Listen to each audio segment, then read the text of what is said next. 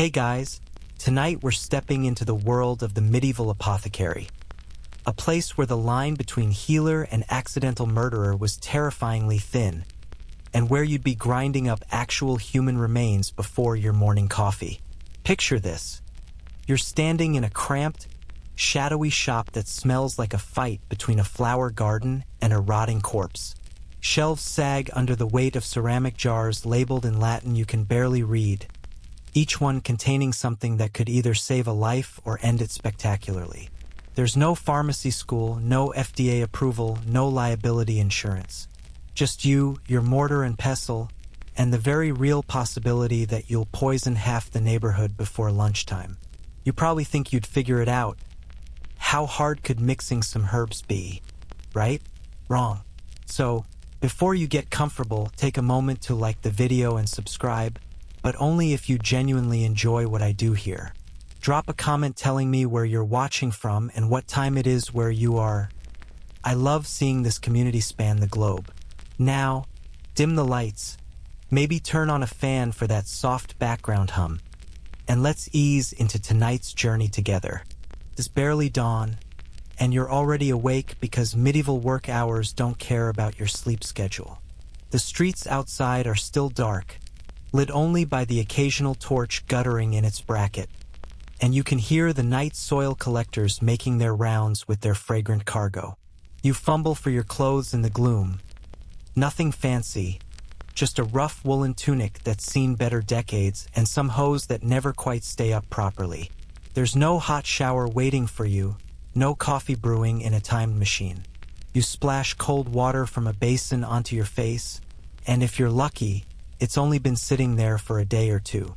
Your apothecary shop occupies the ground floor of a narrow timber-framed building that leans slightly to the left, as if it's tired of standing up straight.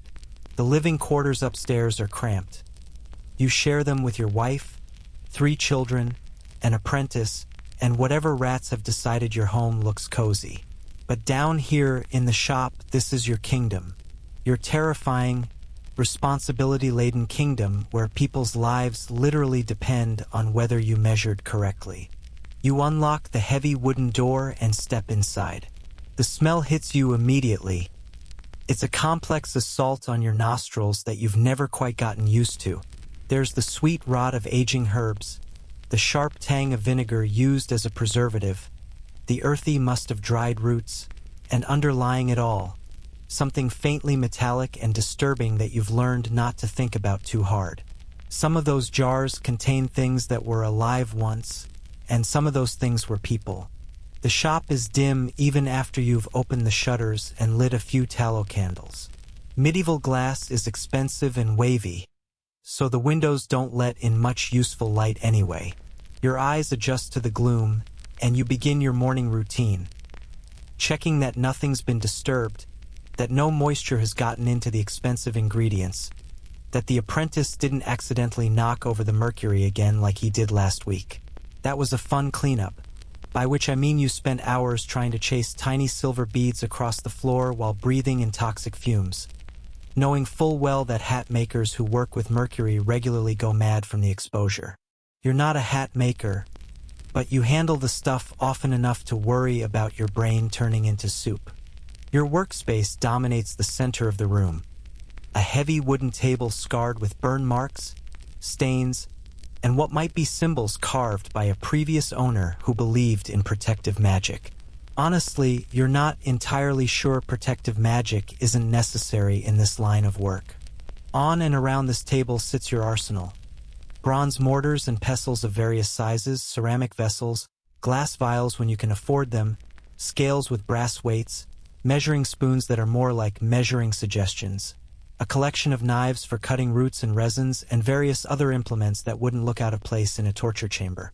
The shelves lining the walls are your pride and terror.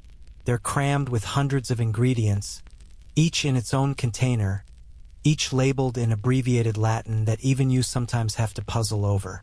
There's chamomile and sage.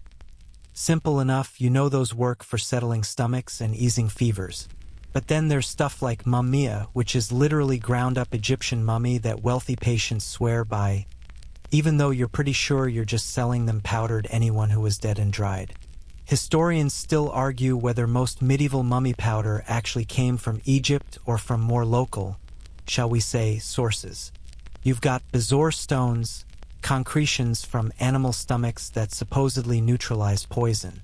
You've got unicorn horn, which is definitely just narwhal tusk. But try telling that to the nobleman who's convinced it's the only thing keeping him alive. There's theriac, the cure-all that takes weeks to prepare and contains more ingredients than you can count on both hands. There's mercury for treating syphilis, which will absolutely poison your patient but might kill the disease first. It's a race.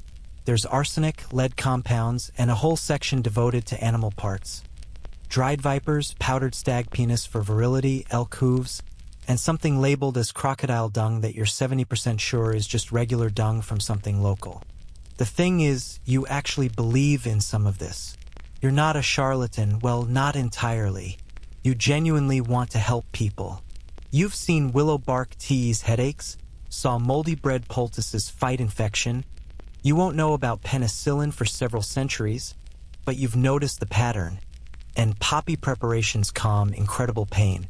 But you've also seen your colleagues prescribe absolutely insane treatments that somehow work, or at least seem to work, and you can't explain why. The human body is a mystery wrapped in an enigma, wrapped in skin that people keep asking you to cure. Your first task of the morning is inventory. You need to know what you're running low on before customers start arriving and asking for things you don't have.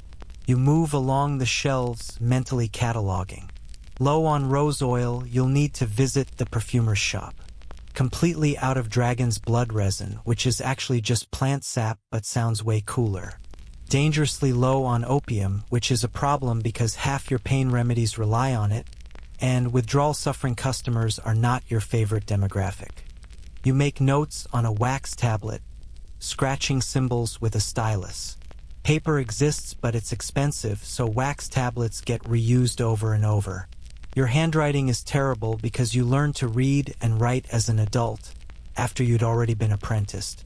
Your master apothecary taught you Latin medical terms phonetically so you can sound them out when reading recipes, but you're honestly not sure what half of them actually mean in regular Latin. You just know that dracunculus refers to a plant you stock, not an actual tiny dragon, though honestly that would be more believable than some of the claims made about herbal remedies.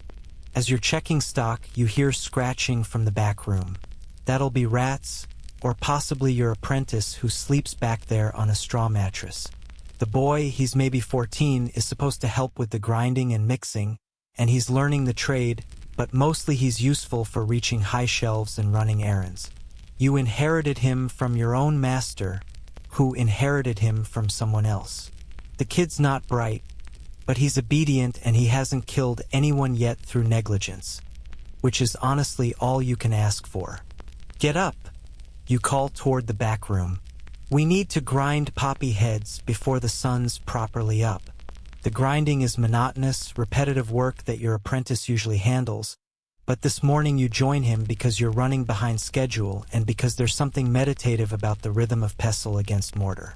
The poppy heads crackle and split, releasing their precious seeds and the dried latex that contains the good stuff. The opium alkaloids that you don't know are alkaloids, but you do know they work miracles against pain. While you're grinding, you think about the day ahead. Wednesday is typically slow. People who got sick over the weekend have either recovered or died by now, and the ones who fell ill Monday or Tuesday are still in the wait and see if prayer works phase before they resort to paying you. But you might get some regular customers. The merchant with gout who needs his elixir, the washerwoman who buys pennyroyal tea for reasons you politely don't ask about, maybe a priest looking for something to ease his congregation's suffering during the current outbreak of whatever it is going around. There's always something going around. Medieval towns are perfect disease incubators. People living on top of each other, sanitation that would make a modern person weep, water sources contaminated with everything imaginable. You see infections, fevers, respiratory illnesses, skin conditions that have Latin names but no real cures. You see rickets in children, scurvy in winter, mysterious wasting illnesses that might be cancer or tuberculosis or just bad luck. And through it all, you're expected to provide solutions from your jars and bottles. The pressure is immense. When someone walks through your door, they're not just trusting you. They're betting their life or their child's life or their livelihood on your knowledge. And your knowledge is a patchwork quilt of things that actually work, things that might work, things that definitely don't work but everyone thinks they do, and things you're just guessing at based on what your master taught you and what you've observed. There's no scientific method here, no controlled trials. Just tradition, observation, hope, and a healthy dose of, well, let's try this and see if they survive.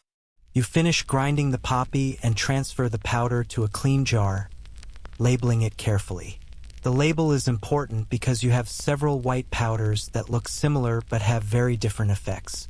Mix up your sugar of lead with your crushed pearls, and someone's going to have a very bad time. You've heard stories of apothecaries who confused their white powders, arsenic instead of chalk, mercury instead of flour, and killed their customers. Some of those apothecaries were executed. Some just lost their licenses and had to leave town in disgrace. You're very, very careful about labels. The sun is starting to strengthen outside, turning the darkness to gray, then to pale morning light. Soon the city will wake up properly. Shutters will open, shops will unlock their doors. The market will begin its daily chaos of shouting vendors and haggling customers and animals being led to slaughter. And people will start remembering they're sick, or that their sick relative needs medicine, or that they want a love potion. You don't make those officially, but you know a recipe involving certain herbs that might make someone more amenable. And they'll make their way to your door. You're as ready as you're going to be. Your shop is stocked. Your workspace is organized. Your apprentice is awake and hasn't set anything on fire yet. You take a breath of the complex, disturbing air of your domain and prepare yourself for another day of playing God with substances you only partially understand. For people who trust you completely, in an era where a single mistake could end you both. Welcome to your day job. You're probably not going to make it to retirement. Let me continue with the proper length. The wooden sign hanging outside your door, painted with a mortar and pestle and some Latin words that are supposed to mean healing, but might actually say something embarrassing because your painter was semi-literate, creaks in the morning breeze. You step to the doorway and look out at the street, watching the city come alive.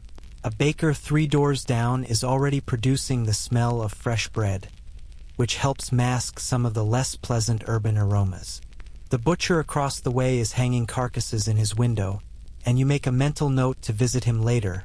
You need fresh ox gall for some preparations, and maybe some bone marrow if he's in a generous mood. Medieval streets are narrow, shadowed affairs where the upper stories of buildings lean toward each other like gossips sharing secrets. The street itself is packed earth mixed with things you don't examine too closely, and after rain it becomes a treacherous mud pit that swallows shoes. Right now it's relatively dry, which means the dust of pulverized everything, manure, food scraps, pottery shards, building materials, hangs in the air, making you cough. You notice a few people already moving with purpose through the street. There's the water seller with his buckets on a yoke, calling out his wares in a voice that's cheerful for someone whose job involves carrying heavy water all day. There's a beggar you recognize, sitting in his usual spot, sores on display because visible suffering attracts more charity. You've treated him a few times for free, your guilty conscience about charging the sick, combined with genuine pity, and he always nods respectfully when he sees you. A woman hurries past with a basket, probably heading to market early to get the best selection. She glances at your shop and you see the recognition in her eyes, followed by the quick look away that people give to your profession. Apothecaries occupy a strange social space, respected for your learning and needed for your services, but also slightly feared and sometimes suspected of darker dealings. After all, someone who knows how to cure also knows how to kill, and your shop contains enough poison to wipe out half the neighborhood if you were so inclined. You're not so inclined, for the record. You didn't get into this business to hurt people. You got into it because your father was a textile worker who couldn't afford to apprentice you to a prestigious guild. But he scraped together enough to place you with an apothecary. At the time, 12-year-old, you thought it would mean learning magic and secrets. Adult, you knows it means inhaling toxic fumes, gambling with people's lives, and occasionally scraping literal human remains into preparations because some ancient authority said it works. But there are rewards too. There's the moment when a fever breaks after you've administered the right herb tea. There's the gratitude in a mother's eyes when her child's rash starts to clear. There's the intellectual satisfaction of puzzles, matching symptoms to causes to remedies, using the framework you've been taught even if that framework is sometimes completely wrong by modern standards. You believe in the four humors blood, phlegm, yellow bile, black bile, and you try to balance them in your patients. You don't know about bacteria or viruses or immune systems, but you do know observation and pattern, and sometimes that's enough. Your apprentice appears at your elbow, making you jump slightly. The boy has a talent for moving silently, which is useful when you need stealth but annoying when you're lost in thought, and suddenly there's a teenager breathing at your shoulder. "Master," he says, "should I prepare the fennel syrup? Old Mistress Agnes will be here soon for her weekly bottle." You nod approvingly. The boy's memory for customer routines is actually better than yours. Agnes is a regular, elderly, wealthy enough to afford preventative medicine, convinced that fennel syrup is the only thing keeping her alive. Probably isn't, but it's harmless and it makes her happy, and you need customers who pay reliably. You've learned that medicine isn't just about healing bodies. It's also about comforting minds. "Yes, prepare it," you tell him, "and check that we have enough honey for sweetening." She complains if it's bitter. He scurries off to complete the task, and you return your attention to the street, watching and waiting for your day to truly begin. The medieval city is waking up around you, a complex organism of humanity, animals, commerce, disease, faith, and survival. And you, in your dim shop full of remedies and risks, are one of the people who keeps it functioning, one prescription at a time. You just hope you don't accidentally kill anyone today. It's a low bar, but it's the one you set for yourself every single morning. The first customer hasn't even arrived yet, and you're already squinting at a problem that makes your head hurt. Recipes. Not the kind your wife uses to make that questionable pottage you ate last night, but medical recipes. Formulas written by physicians, copied by monks, passed down through generations, and corrupted by every single person who's ever transcribed them. You pull out one of your precious recipe books, a small leather-bound volume that cost you nearly a year's earnings, and try to decipher what some long-dead physician actually wanted you to make.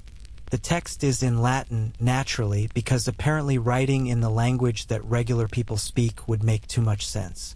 But it's not just Latin, it's abbreviated Latin with letters dropped seemingly at random, words compressed into symbols that might mean one thing or three things depending on context, and measurements that use terms you've never encountered anywhere else. You're looking at a recipe for something to treat cordine fever. That's the fever that comes back every 4 days. And the instructions might as well be mystical poetry for all the clarity they provide. Recipe. It starts, which just means take, but sounds more official. Then it lists ingredients. IJ of Bole Armeniac, Yeage of Terra Sigillata, I of Unicorn, SS of Pearls prepared.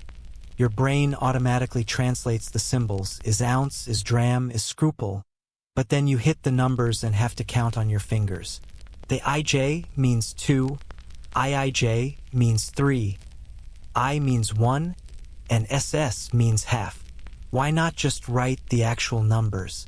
Because medieval medicine apparently needed to be as difficult as possible to prevent common folk from attempting it themselves and, let's be honest, to make you look more educated and mysterious. So you need 2 ounces of Armenian bole, which is a type of clay that's supposed to have healing properties. You've got that. 3 drams of Terra Sigillata, Sealed earth, another clay, this one with an official seal stamped on it to prove authenticity, because apparently medieval people were already worried about counterfeit dirt. One scruple of unicorn horn, which again is narwhal tusk. But the recipe doesn't know that, and you're not telling your customers. And half an ounce of prepared pearls, which means pearls ground into powder, because apparently burning money in a fire wasn't wasteful enough, so someone decided to grind up gems instead. But that's just the ingredients list. The actual instructions are where things get really fun. Grind all together with the juice of plantain under a waxing moon, speaking the paternoster thrice, until the mixture achieves the consistency of soft cheese. Okay, several problems here. First, you need to grind ingredients together, which is straightforward enough. Second, you need plantain juice, so you'll have to extract juice from plantain leaves, assuming you can find fresh ones or your dried ones are still usable. Third, and here's where it gets weird, you're supposed to do this during a waxing moon. Not just any time, but specifically when the moon is growing fuller. The recipe doesn't explain why, but medieval medicine is deeply invested in astrology and the idea that celestial bodies affect earthly remedies. You glance out the window, trying to remember what phase the moon is in. Was it half full last night, or just past half? You should keep better track of this, but honestly, between running the shop, managing inventory, dealing with customers, and trying not to poison anyone, lunar calendars fall pretty low on your priority list.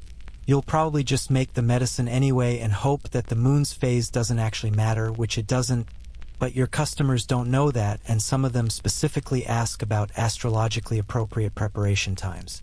Then there's the instruction to speak the paternoster, the Lord's Prayer, 3 times while grinding. This is where medicine and religion blur together into something that's part pharmacy, part faith healing.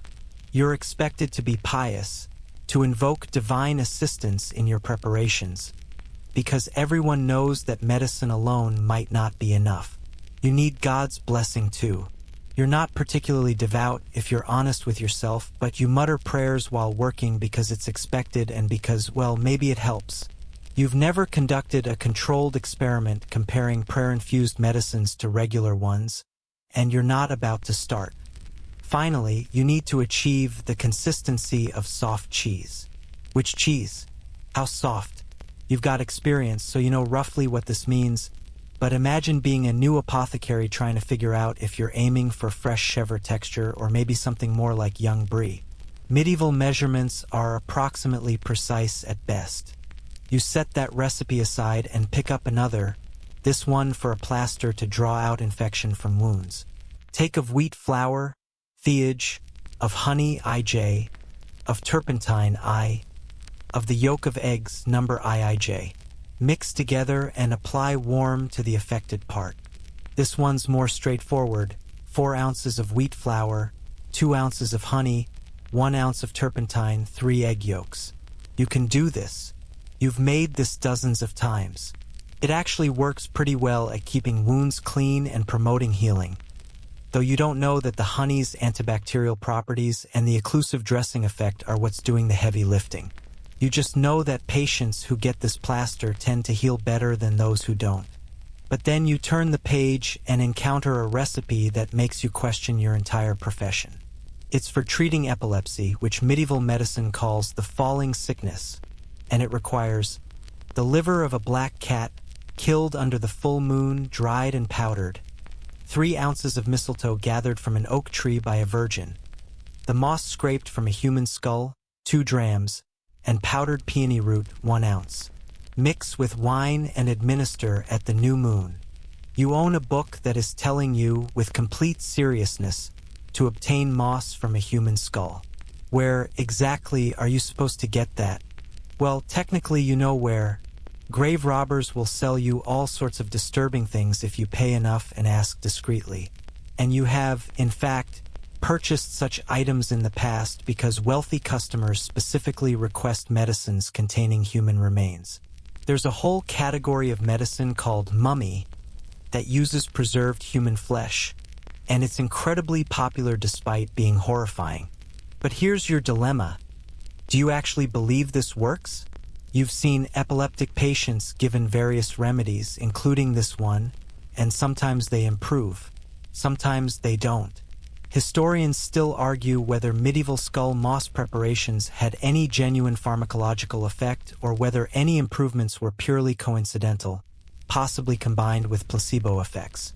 You don't know what a placebo effect is, but you've definitely noticed that patients who believe strongly in a remedy often do better than those who are skeptical, which is confusing and somewhat annoying because it suggests that confidence matters as much as chemistry. The skull moss recipe bothers you for another reason too, the virgin-gathered mistletoe requirement. How are you supposed to verify that the person who gathered your mistletoe was actually a virgin? Are you supposed to interview them?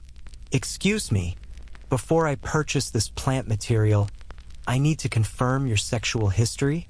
The whole thing is absurd, but it's in the book, written by someone considered an authority, and your customers expect you to know and follow these recipes.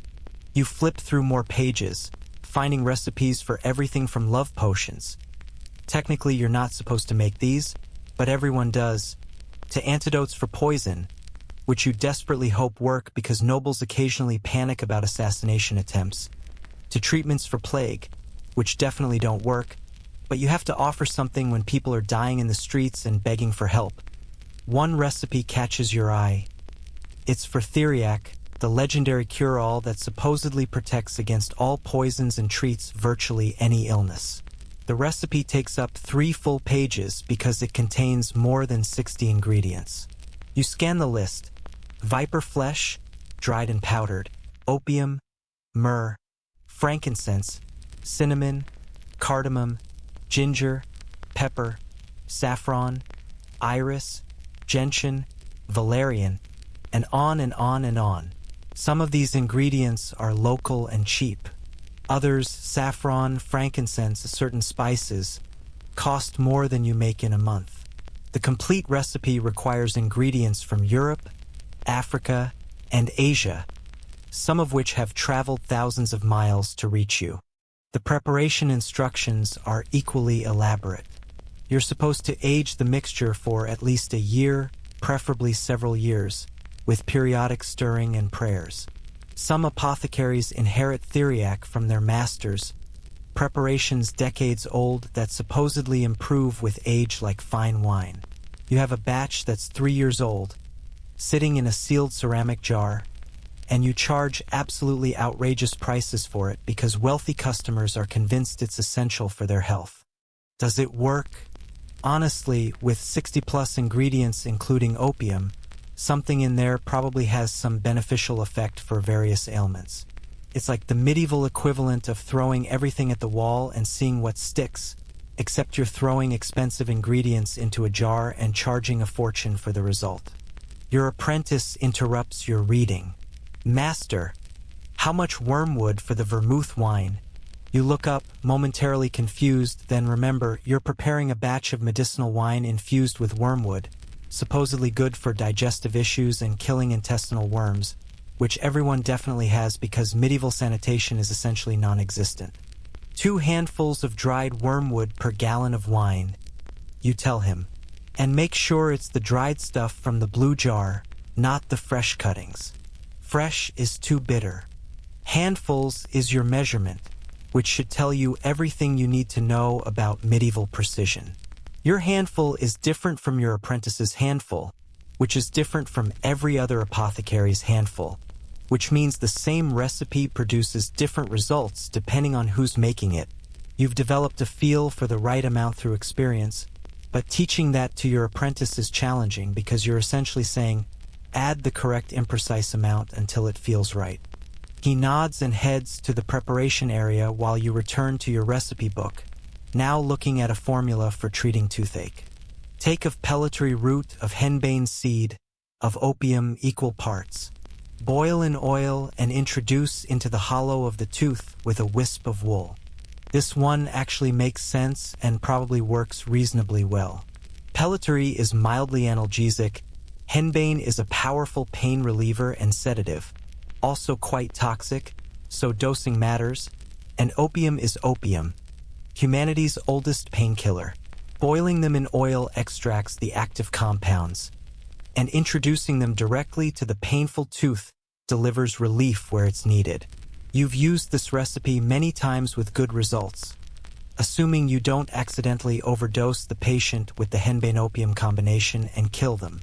It's all about balance, which is terrifying when you think about it too hard.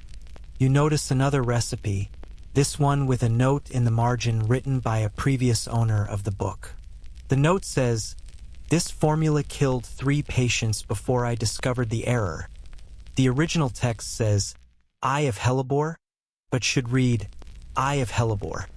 In other words, someone was using drams instead of scruples, 3 times the intended amount of hellebore, which is extremely poisonous. 3 people died because of a transcription error or a misread abbreviation. This is your reality. You're working with recipes that might contain fatal errors, using measurements that are approximate at best, with ingredients that vary in potency depending on where they were grown, how they were processed, and how long they've been sitting on your shelf.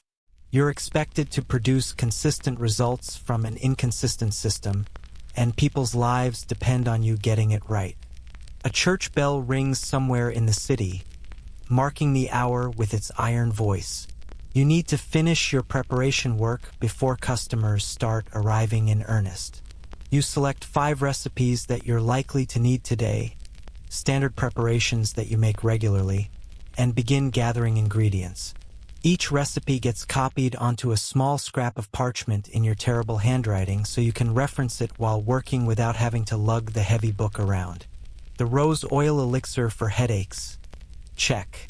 The comfort poultice for bruises. Check. The sage and honey throat syrup. Check. The pepper and ginger stomach remedy. Check. The poppy and wine sedative. Check. These are your bread and butter, the everyday medicines that keep your business running. They're relatively safe, generally effective, and affordable enough that regular people can buy them. But in the back of your mind, you're always aware that later today or tomorrow or next week, someone's going to walk in with a serious condition and a piece of parchment from a physician containing a complex recipe you've never made before, written in abbreviated Latin that you'll have to decode, requiring ingredients you might not have, with instructions that assume knowledge you might not possess. And you'll have to figure it out, compound it correctly, and hope that you're not about to commit accidental manslaughter through pharmaceutical incompetence. You close the recipe book carefully. It's too valuable to mistreat, and place it back on its shelf. The morning light is growing stronger now, illuminating the dust motes that dance constantly in your shop's air. Somewhere outside, you hear voices raised in greeting, the clatter of a cart on cobblestones, the bark of a dog, the cry of a vendor. The city is fully awake now, and somewhere out there, someone is getting sick, feeling pain, developing symptoms that will eventually bring them to your door. When they arrive, you'll smile confidently, nod knowingly, and prescribe something from your repertoire of recipes. Ancient wisdom mixed with guesswork, mixed with genuine medicine, mixed with complete nonsense. All ground together in your mortar until you can't tell which is which anymore. You just hope you read the measurements correctly. You've deciphered your recipes, you've organized your workspace, and now comes the part that would probably disturb you most if you thought about it too hard. Actually obtaining your ingredients. And I don't just mean picking herbs from a garden like some peaceful medieval fantasy. I mean venturing into forests where you're not entirely sure what's edible and what's deadly, negotiating with grave robbers in dark alleys, and visiting the slaughterhouse before breakfast to collect animal parts that still have bits of the animal attached. Your ingredient gathering day starts with the relatively pleasant stuff, the herbs and plants you can collect yourself or buy from legitimate sources. You grab a woven basket, tell your apprentice to mind the shop, and step out into the morning streets. The marketplace is your first destination, and it's already in full chaos by the time you arrive. Vendors shout their wares in a cacophony that assaults your ears. Fresh fish, caught this morning. Definitely not true. Apples, sweet apples. Probably wormy. Fine cloth from Flanders. Maybe from Flanders. Maybe from the village down the road. You navigate through the crowd. housewives haggling aggressively, servants running errands for their masters, pickpockets working the distracted shoppers, animals being led through the press of humanity, because apparently bringing livestock to a crowded market is everyone's idea of efficiency. You step around something unpleasant on the ground, nearly collide with a chicken that's escaped its cage, and finally reach the herb seller's stall. The herb seller is an old woman named Marjorie who knows more about plants than anyone you've ever met. She can't read or write, but she can identify hundreds of species by sight, smell, and taste, and she knows where and when to gather each one for maximum potency. She's been selling herbs longer than you've been alive, and half the apothecaries in the city source their botanicals from her. "Need your usual?" she asks, already reaching for bundles of dried herbs hanging from the wooden frame of her stall. "The usual and also fresh comfrey if you've got it," you say. "And any wormwood that's not too old." She snorts. "Not too old," he says, "like I'd sell you garbage." But she's already sorting through her stock, selecting bundles and fresh cuttings.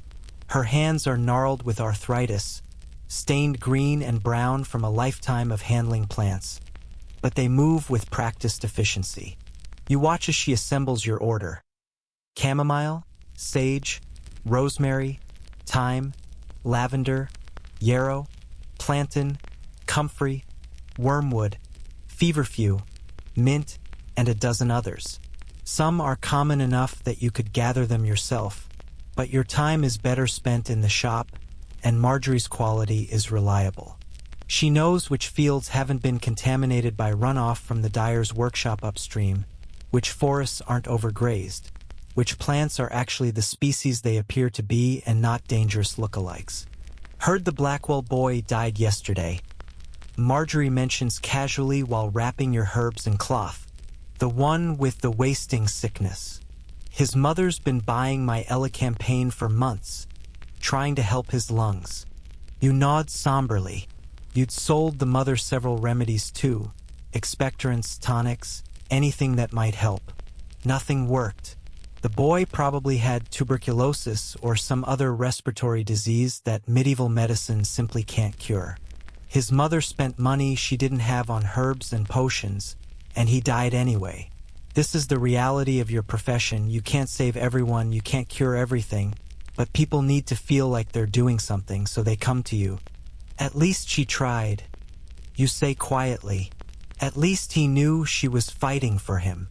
Marjorie gives you a look that suggests she knows you're rationalizing your own inability to help, but she doesn't push it. She tells you the price, highway robbery as usual, but fair for the quality, and you pay from the leather pouch at your belt. The transaction complete, you move on to your next stop, the spice merchant. Spices are where your ingredient budget goes to die. The spice merchant operates from a permanent stall near the center of the market, and just approaching it makes your nose tickle with exotic scents. Cinnamon, pepper, cloves, nutmeg, ginger, cardamom. These aren't just cooking ingredients, they're medicine. Medieval medical theory holds that spices are hot and dry, useful for counteracting cold and wet conditions, which means you use them constantly in preparations meant to warm the body or dry out excess phlegm. The merchant, a round man with a pointed beard who dresses better than most nobles, greets you with professional courtesy. He knows you're a regular customer, but he also knows you're not wealthy, so he's polite without being warm. "I need 2 ounces of ginger, an ounce of cinnamon, and half an ounce of saffron." You tell him, already wincing internally at what this is going to cost. His eyebrows rise at the saffron. "Half an ounce? Making something special?" "Theriac," you admit. "I'm starting a new batch." He nods appreciatively. Theriac is prestigious, only serious apothecaries attempt it. He measures out your spices carefully, using accurate weights because spice merchants don't mess around with approximations when they're selling ingredients that cost more per ounce than most people earn in a week.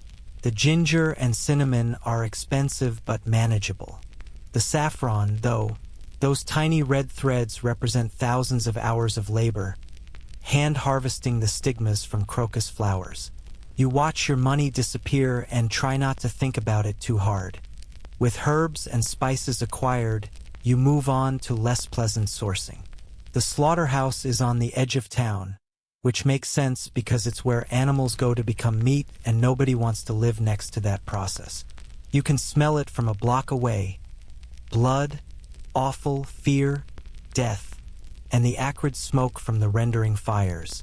You breathe through your mouth and approach the main building, which is essentially a large, open-sided structure where butchers work at wooden tables slick with gore. You know the head butcher, a massive man named Thomas with forearms like hams and an apron that hasn't been truly clean in years. Apothecary, he calls when he sees you. Come for the special bits again? If you've got them, you confirm.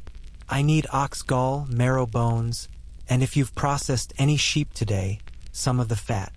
Thomas gestures to one of his workers, who disappears into the back area where they store the parts that don't go directly to customers. What you're asking for, gallbladders, bones, fat, are the bits that regular people don't want but apothecaries find incredibly useful. Ox gall is literally bile from the gallbladder, and it's used in everything from digestive remedies to binding agents in pill making. Bone marrow is rich and nutritious, used in strengthening tonics. Animal fats serve as bases for ointments and salves. The worker returns with a bucket containing your requested items. The ox gallbladder is there, greenish yellow and full of bile that you'll carefully drain and preserve. Several large bones with marrow still inside, and a chunk of sheep fat, white and waxy, that you'll render down later. It's not glamorous, but it's necessary. Anything else while you're here? Thomas asks. Had a bear brought in yesterday, wealthy hunter's trophy. Could sell you some of the fat if you want. Bear fat's supposed to be good for. What's it good for again? Joint pain and baldness. You tell him. According to the texts. You have no idea if bear fat actually helps with either condition, but it's exotic and rare, which means you can charge a premium for medicines containing it. How much are you asking? He names a price that's steep but not unreasonable for bear fat. You consider your finances. Think about the wealthy merchant who's been complaining about his aching knees, and decide to invest. I'll take £1. While Thomas has his worker fetch the bear fat, you glance around the slaughterhouse at the day's work in progress. Carcasses hang from hooks, gradually being reduced to meat, bones, organs, hide, and the various other components that humans use. It's brutal and efficient, and you're complicit in it, not just as someone who eats meat, but as someone who harvests its medical components. You need these animal parts. Your medicines require them. Your bucket now substantially heavier, you pay Thomas and make your way back toward the more populated areas of town. But you're not done yet. You have one more stop to make, and this one you're not proud of. There's a man who operates out of a nondescript building near the city walls. He doesn't advertise his services, doesn't have a shop sign, doesn't keep regular hours. But certain people, apothecaries, physicians, sometimes surgeons, know how to find him. His name is Peter, though you suspect that's not his real name, and his business is supplying things that people need but don't want to ask too many questions about. You knock on his door using the specific pattern 3 knocks, pause, 2 knocks, that identifies you as a customer. The door opens a crack, reveals Peter's narrow face and suspicious eyes, then opens wider when he recognizes you. Come in quickly, he mutters, glancing past you to make sure you weren't followed. Inside, his dwelling is dim and cluttered with crates, jars, and bundles wrapped in cloth. It smells musty and faintly sweet in a way that makes your stomach uneasy. Peter deals in the gray market, items that aren't exactly illegal but aren't exactly respectable either. Animal parts from exotic creatures that may or may not be what he claims they are. Substances that honest merchants won't stock. And occasionally human remains. What do you need? Peter asks, already moving toward his storage area. "Mumia," you say quietly. 2 ounces. And do you have any cranium moss? Cranium moss, the moss supposedly scraped from human skulls. You have a customer, a noble with epilepsy, who specifically requested it. You don't want to know where Peter gets it. You strongly suspect it's just regular moss that he's labeled differently, but you also strongly suspect that some of his suppliers are grave robbers who do, in fact, visit graveyards at night and disturb the dead. Peter nods and retrieves 2 ceramic jars. He opens them to show you the contents. One contains dark, resinous chunks that are supposed to be mummified human flesh. The other contains dried moss. You have no way to verify the authenticity of either. You're trusting Peter, which is a terrible idea, but you're also operating in a system where these ingredients are demanded by wealthy customers and prescribed by learned physicians, so what choice do you have? "Fresh shipment of mumia," Peter says proudly. "Came all the way from Egypt, I'm told." He's lying. It probably came from a body that was exhumed from a local cemetery. Maybe a criminal or a pauper whose grave was easy to rob and processed to look like ancient Egyptian remains. But you're not going to call him on it because you need the product, and he's the only supplier you know who won't ask awkward questions about why an apothecary needs ground-up dead people. You pay him. More money gone from your dwindling supply, and leave quickly with your disturbing purchases wrapped in cloth and tucked into your basket. The morning sun feels cleansing after Peter's dim, questionable establishment, but you can't shake the feeling of complicity.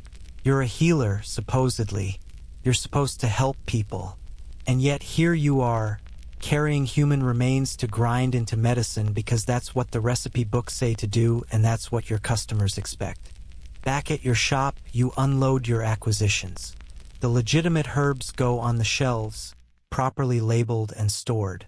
The animal products get processed. The ox gall carefully decanted into a glass vessel. The bones cracked to extract marrow. The fat stored for rendering. The questionable items from Peter get tucked away in a locked cabinet that you don't open when your apprentice or customers are watching. Your apprentice eyes the bare fat with interest. "What's that for, master?" "Joint pain ointment," you tell him. "We'll mix it with wormwood and heat it gently until it takes on the herb's properties. Then we'll strain it and let it cool into a salve." He nods, accepting this explanation without question. He's young enough to still believe that every ingredient you use has a clear purpose and proven effectiveness. You remember being that naive. Now you know that medicine is equal parts science, tradition, theater, and desperate hope. Some of what you do genuinely helps. Some of what you do is useless but harmless. And some of what you do might actually be harmful, but you won't know until you've already administered it and the patient either improves or declines. You look at your shelves, now restocked with fresh ingredients gathered from across the city and beyond. Herbs from Marjorie's fields, spices from distant lands, animal parts from the slaughterhouse, mystery items from Peter's gray market establishment. Each one represents a link in the complex supply chain that keeps your apothecary functioning. Each one required money you're not sure you can afford, travel through streets that might turn dangerous, interactions with people you don't entirely trust. And tomorrow, you'll need to do it all again because ingredients are consumed as fast as you can acquire them. Herbs rot, animal products spoil, customers keep getting sick, and your supplies keep dwindling. It's an endless cycle of gathering, preparing, dispensing, and gathering again. You wash your hands, not because you understand germ theory that's centuries away, but because they smell like bear fat and slaughterhouse and you're about to handle medicines that people will consume. The water in your basin turns murky with the day's acquisitions, and you dry your hands on a cloth that could probably use washing itself. Your shop is stocked. Your ingredients are gathered. You've ventured into markets and slaughterhouses and the darker corners of commerce, and you've returned with everything you need to practice your craft. Now comes the easy part. actually making the medicines without killing anyone.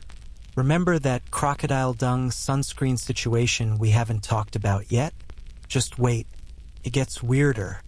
Now that you've gathered ingredients from legitimate and questionable sources alike, it's time to actually transform them into medicines, which means spending extended periods in your preparation room, a space that's part laboratory, part torture chamber, and part fire hazard waiting to happen.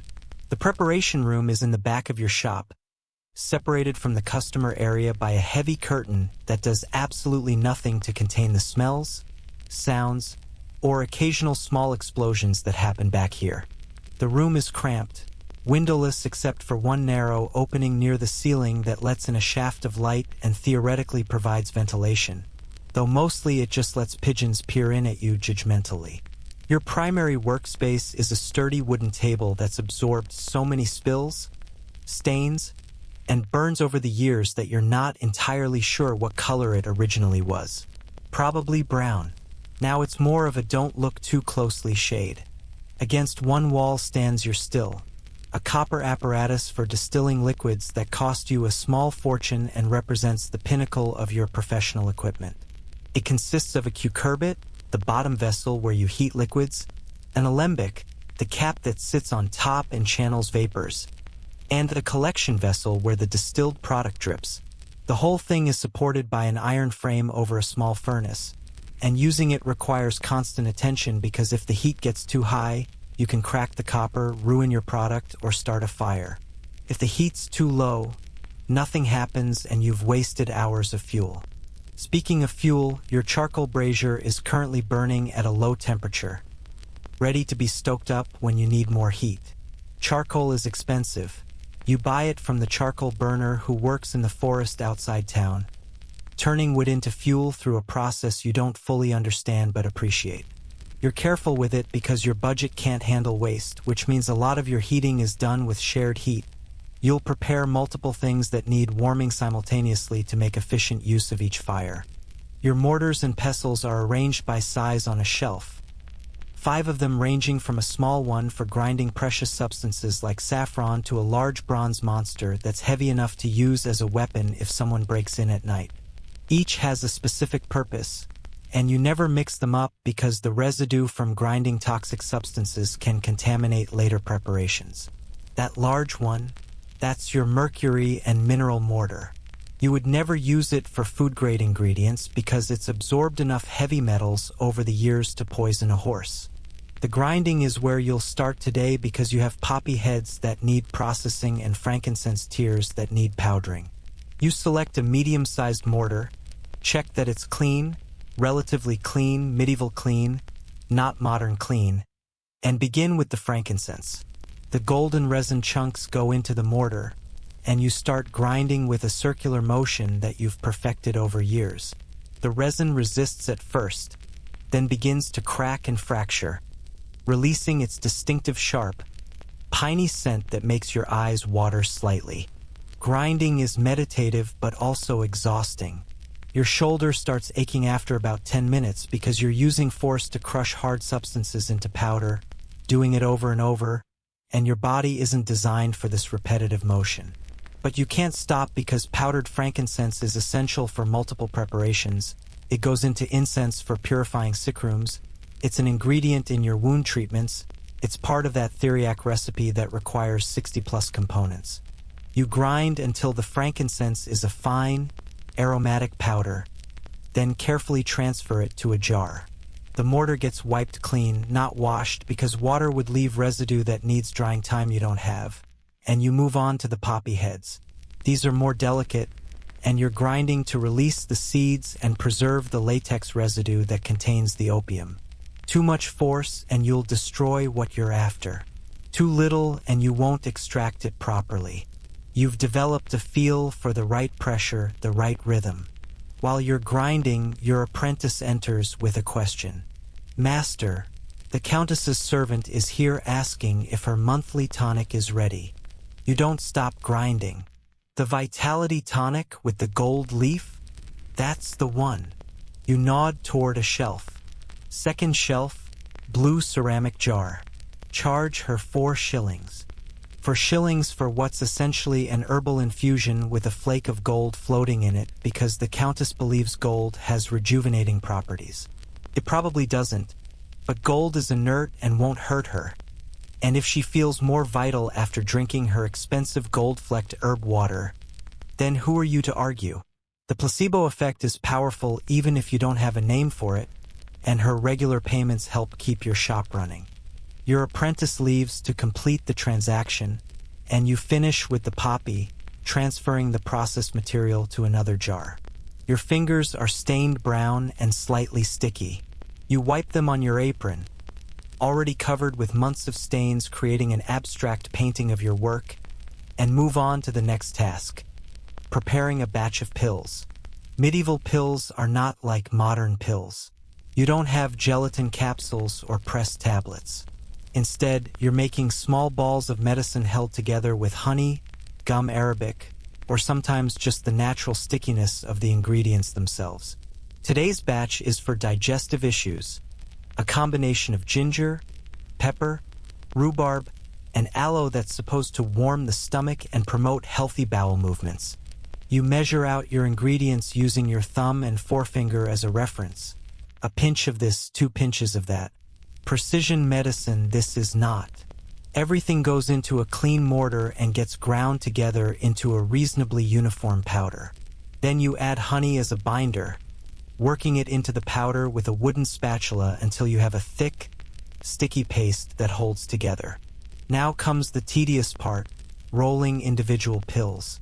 You take small amounts of paste and roll them between your palms, forming balls about the size of peas. Each one needs to be roughly uniform so that dosing is consistent, though roughly uniform is doing a lot of work in that sentence. Some are slightly larger, some slightly smaller, and you know that the first person who takes a pill gets a slightly different dose than the last person, but that's just how medieval pharmacy works. You roll 20 pills, setting each one on a wooden tray dusted with powder to keep them from sticking together.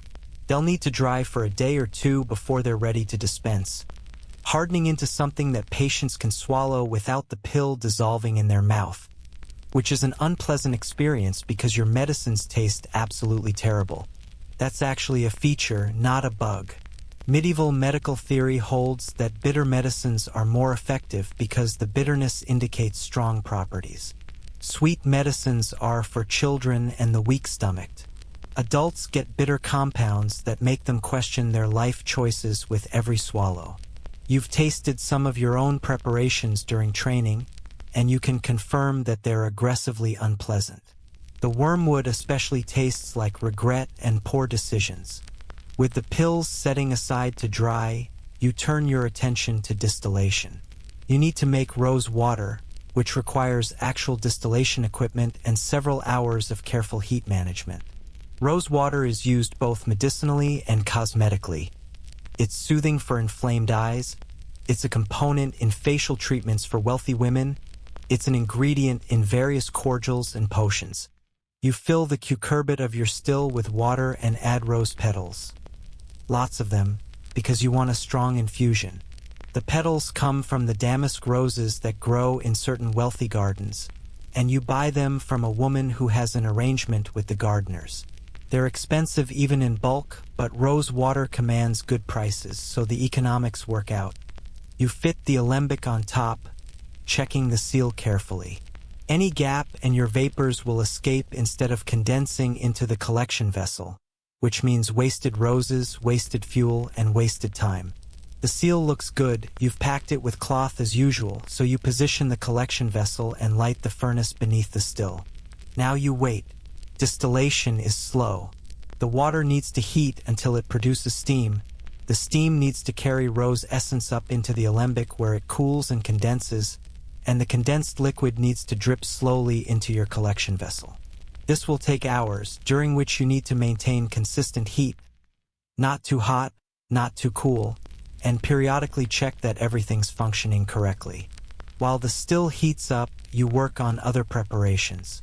You're making a batch of comfort salve for bruises and sprains, which involves chopping fresh comfort leaves, heating them gently in lard until the lard takes on a green tinge and herbal smell, then straining out the plant material. The process fills the preparation room with the smell of cooking fat and herbs, which combines with the rose-scented steam starting to emerge from your still, creating an olfactory experience that's complex and not entirely pleasant. Your apprentice returns. Master, we're low on vinegar. Should I run to the vinegar maker? Vinegar is essential. You use it as a preservative, a solvent, a cleaning agent, and a base for numerous medicines. Running low on vinegar is a problem. Yes, go. Get 2 gallons of the strong stuff, not the table vinegar. Tell him it's for medicinal use. The boy leaves, and you're alone with your bubbling salve, your heating still, and your thoughts. This is actually your favorite part of the work. The quiet production time when you're not dealing with customers, not diagnosing mysterious illnesses, not worried about whether you're prescribing the right treatment. Just you and your equipment and the simple mechanical process of transformation. Except it's not actually simple, and one mistake could be catastrophic. Your comfort salve is heating in an iron pot over the brazier, and you need to stir it regularly to prevent scorching.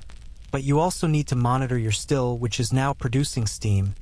You can hear the hiss and see vapor escaping from small gaps in the seal, which means you need to adjust your cloth packing. You use a wooden stick to push more fabric into the gap, burning your fingers slightly on the hot copper, cursing quietly because burned fingers are an occupational hazard you'll never get used to. The rose water starts to drip into the collection vessel, each drop a tiny victory.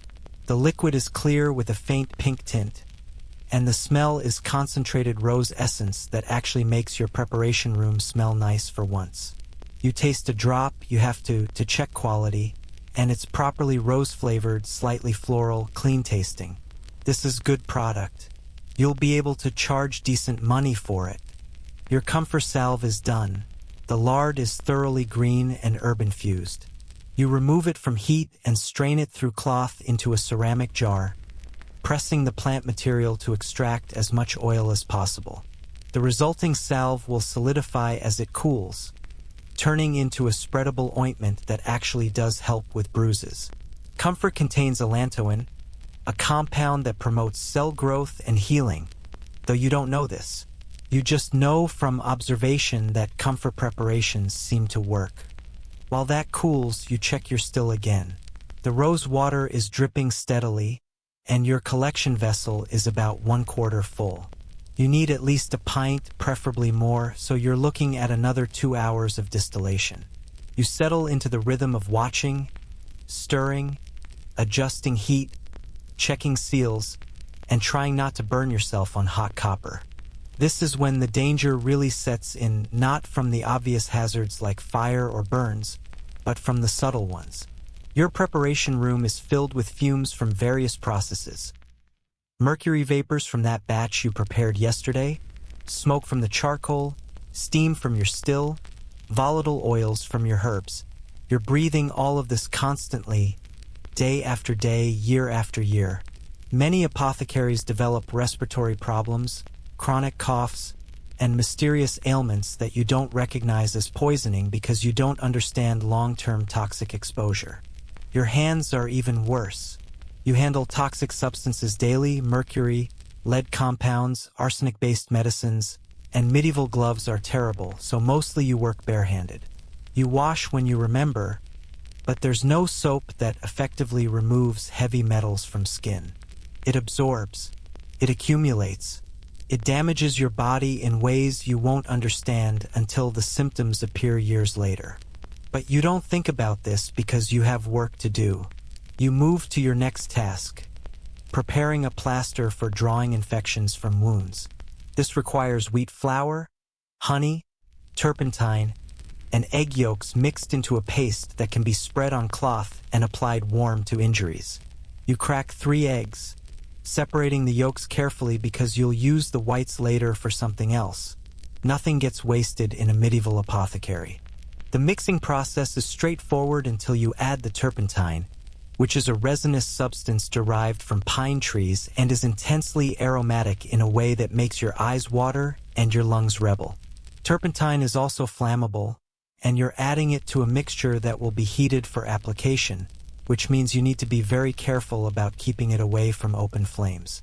You mix it in carefully, watching the paste change consistency, adjusting the proportions until it feels right. Feels right is your quality control measure, which should tell you everything you need to know about medieval pharmaceutical manufacturing standards. Your apprentice returns with the vinegar, struggling under the weight of 2-gallon jugs.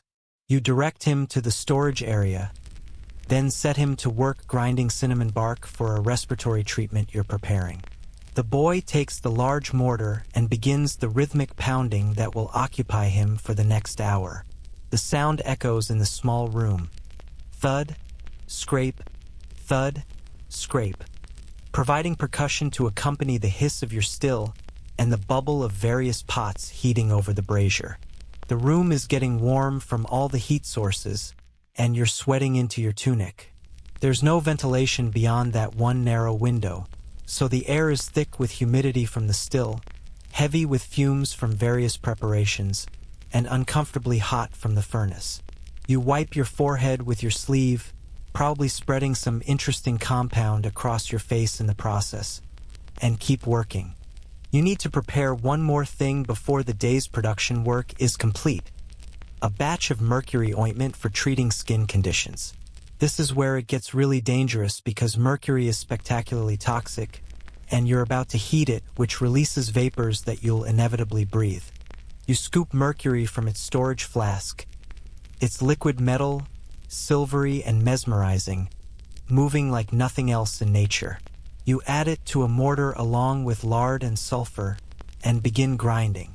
The mercury resists incorporation, forming tiny beads that try to escape, rolling away across the table's surface. You chase them down and force them back into the mixture, grinding persistently until finally the mercury begins to combine with the fat, forming a gray ointment that's smooth and slightly shiny. This ointment will be used to treat scabies, ringworm, and various other skin parasites and infections. It actually works fairly well. The mercury kills the parasites. Unfortunately, it also poisons the patient slightly, but medieval medicine is all about acceptable trade-offs. A little mercury poisoning versus months of itching and infection? Most patients choose the mercury. You transfer the finished ointment to a jar, seal it, label it, and wash your hands thoroughly in a basin of water. Then you wash them again because mercury is terrifying even to medieval you who doesn't fully understand just how terrifying it actually is. Your still is still running. You appreciate the pun you just thought of, even if no one else will hear it, dripping rose water steadily into the collection vessel. You check the level, nearly done. Another 30 minutes and you'll have enough. You adjust the heat down slightly to slow the distillation for these final stages, ensuring the cleanest possible product. While you wait, you look around your preparation room at the day's work. Jars of pills drying, salves cooling, ointments waiting to be dispensed, rose water nearly complete.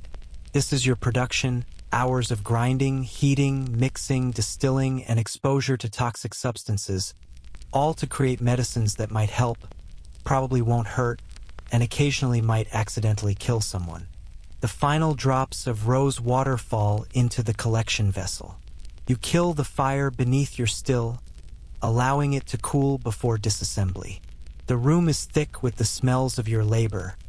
Rose and herbs and metal and smoke and turpentine and something unidentifiable that's probably concerning. Your preparation work is done for today. The medicines are ready. The toxic exposure has been sustained. Now you just need to figure out who needs what and hope you get the prescriptions right. One spark in here, though, and the whole place goes up. Sweet dreams. The bell above your shop door jingles, announcing a customer, and you emerge from the preparation room wiping your hands on your perpetually stained apron. The woman standing in your shop is holding a small glass flask filled with liquid, and before she even speaks, you know what this is about. It's uroscopy day, the medieval diagnostic method that requires you to examine someone's urine and divine their illness from its appearance. because apparently looking at pee is peak medical technology.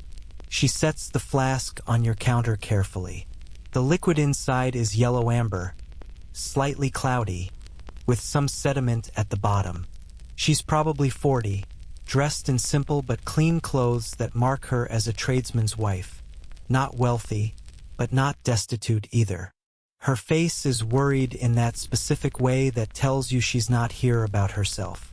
"My husband," she says. "He's been feeling poorly for 2 weeks. Tired all the time, no appetite, and his water looks like this." You pick up the flask and hold it up to the light streaming through your shop window. This is the moment where you're supposed to demonstrate your expertise by reading the urine like it's a crystal ball that reveals the body's secrets. The truth is, uroscopy is part genuine observation, part guesswork, and part theatrical performance designed to convince patients that you know what you're doing. You examine the flask carefully, rotating it to see the liquid from different angles. Medieval uroscopy involves analyzing multiple factors: color, clarity, consistency, smell, taste. Yes, taste. Some physicians actually taste urine, but you've drawn a line in the sand, and that line is no drinking patient samples, quantity, and sediment. There are elaborate charts showing 20 different colors of urine, each supposedly indicating different conditions and imbalances of the 4 humors. The color is darker than ideal, but not alarmingly so. The cloudiness is moderate. The sediment. You swirl the flask gently, watching particles dance in the liquid. The sediment is whitish and grainy, settling quickly when you stop moving the flask. "How much water does he usually pass in a day?" you ask, because quantity matters. Less urine might indicate kidney problems or dehydration. More might indicate diabetes, the sweet urine disease, or excessive drinking. "Less than usual," she admits. "And he says it burns sometimes." That's helpful information. Burning sensation plus cloudy urine plus sediment points toward a bladder or kidney issue, probably an infection or possibly stones. You don't know about bacteria causing bladder infections, and you won't for centuries, but you've seen this pattern enough times to recognize it. The balance of his humors is disrupted. You tell her confidently, because that's what you're supposed to say. The cloudiness suggests excess phlegm, and the sediment indicates that his kidneys are struggling to purify his blood properly. The burning sensation confirms heat and inflammation in the urinary passages.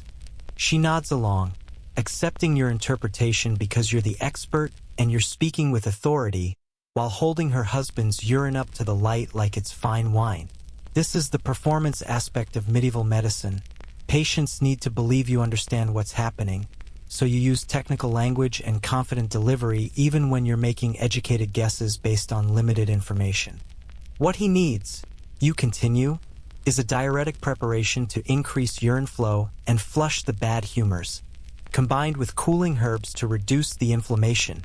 I'll prepare a tea of parsley, fennel, and marshmallow root, along with a tonic containing juniper berries.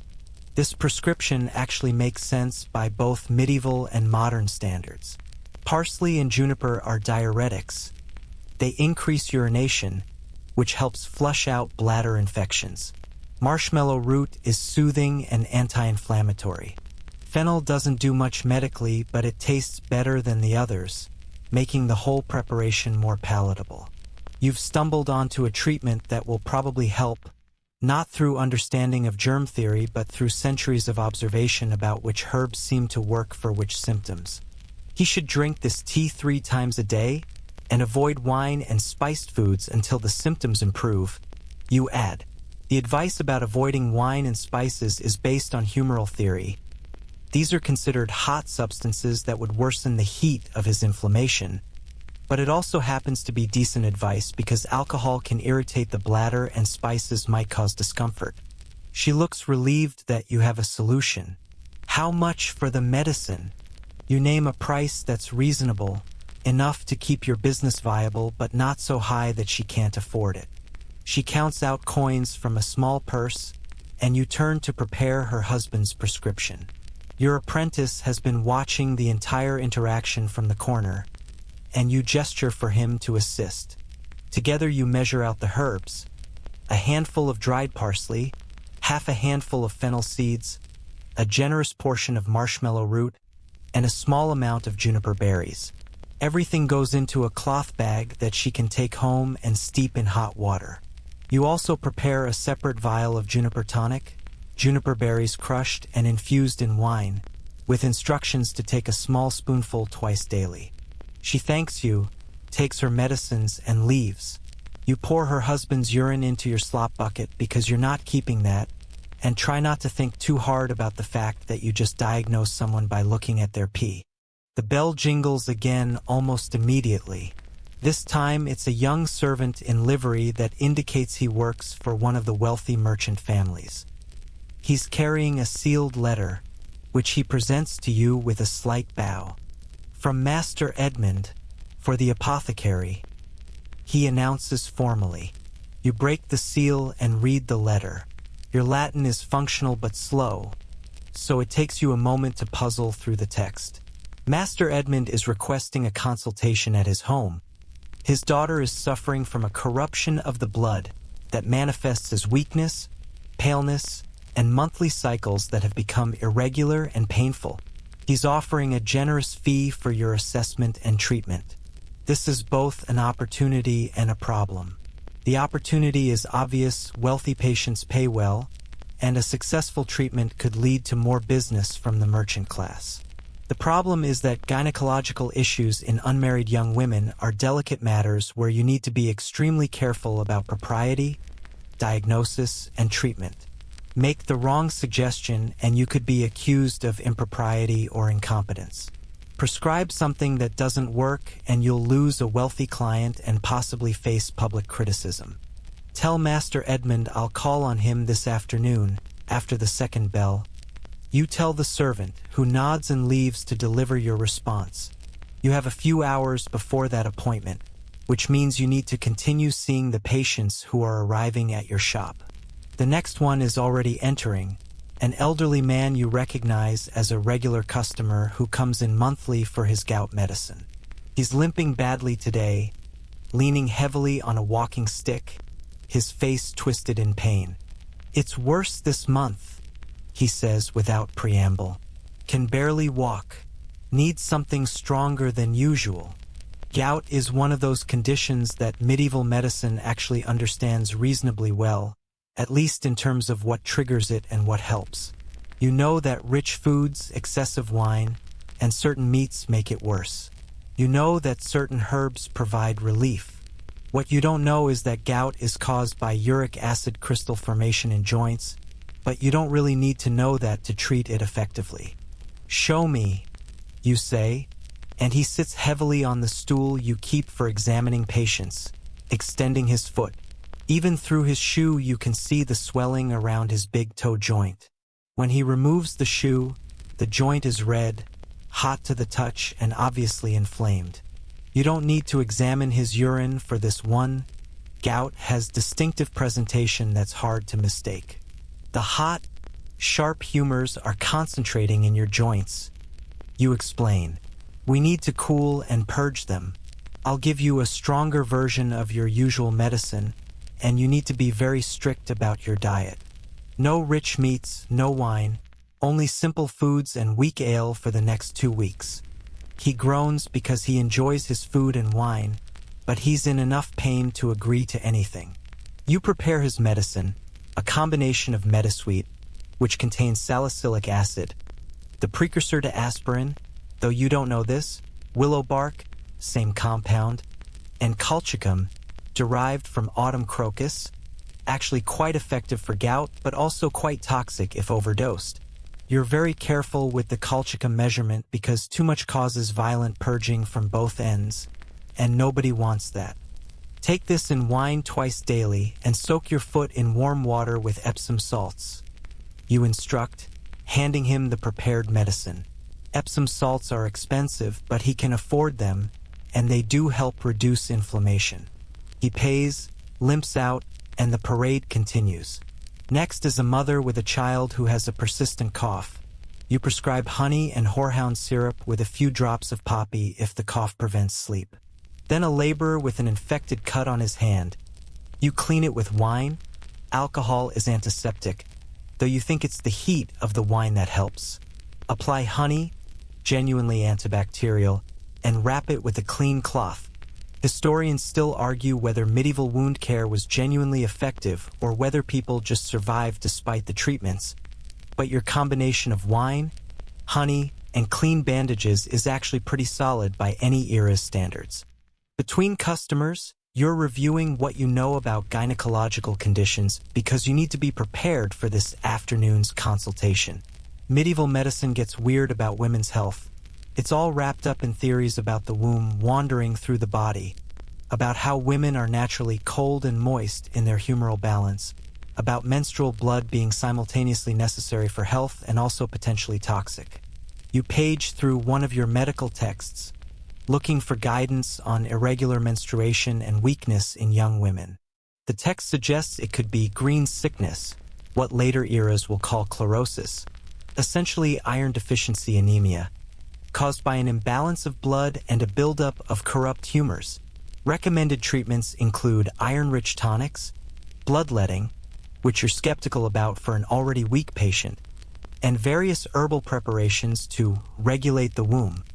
Your shop door opens again, and this time it's trouble. You can tell by the way the woman enters. Aggressive, angry, already talking before she's fully through the door. She's holding a ceramic jar, and she slams it down on your counter hard enough that you're surprised it doesn't shatter. "This is poison," she shouts. "You gave my mother poison." Your stomach drops. This is every apothecary's nightmare. An accusation of poisoning. "What happened?" you ask, keeping your voice calm while your mind races through recent prescriptions. "She took your medicine for her stomach pain, and now she's worse. Vomiting, dizzy, can barely stand. What did you put in this?" You pick up the jar carefully, opening it to examine the contents. It's one of your standard digestive remedies: peppermint, ginger, a small amount of aloe. Nothing that should cause those symptoms unless. You smell it carefully. There's something off about the scent. Something bitter that shouldn't be there. "When did she take this?" you ask. 3 days ago. Started feeling worse that evening." 3 days. That's either a very slow poison or, more likely, not related to your medicine at all.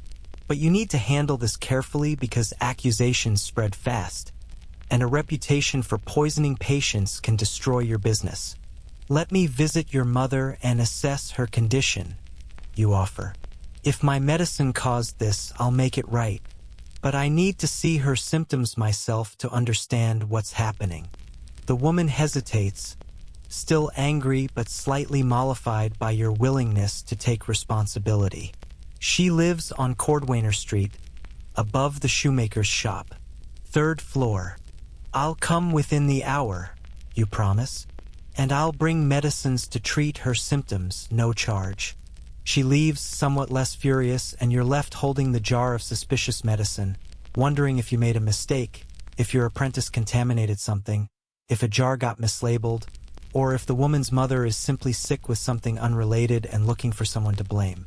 This is your reality. You're diagnosing diseases by looking at P, prescribing medicines based on theories about wandering wombs and unbalanced humors, handling accusations of poisoning, and trying to help people with tools that are part science, part superstition, and entirely your responsibility.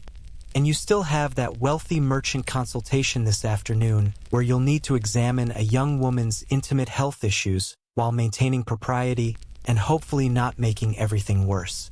You wash your hands again, not because it will help with any of this, but because you need a moment to breathe and think. The water in your basin is cloudy with the day's accumulated grime, and you see your reflection distorted on its surface. A tired apothecary trying his best in a world that demands certainty where none exists.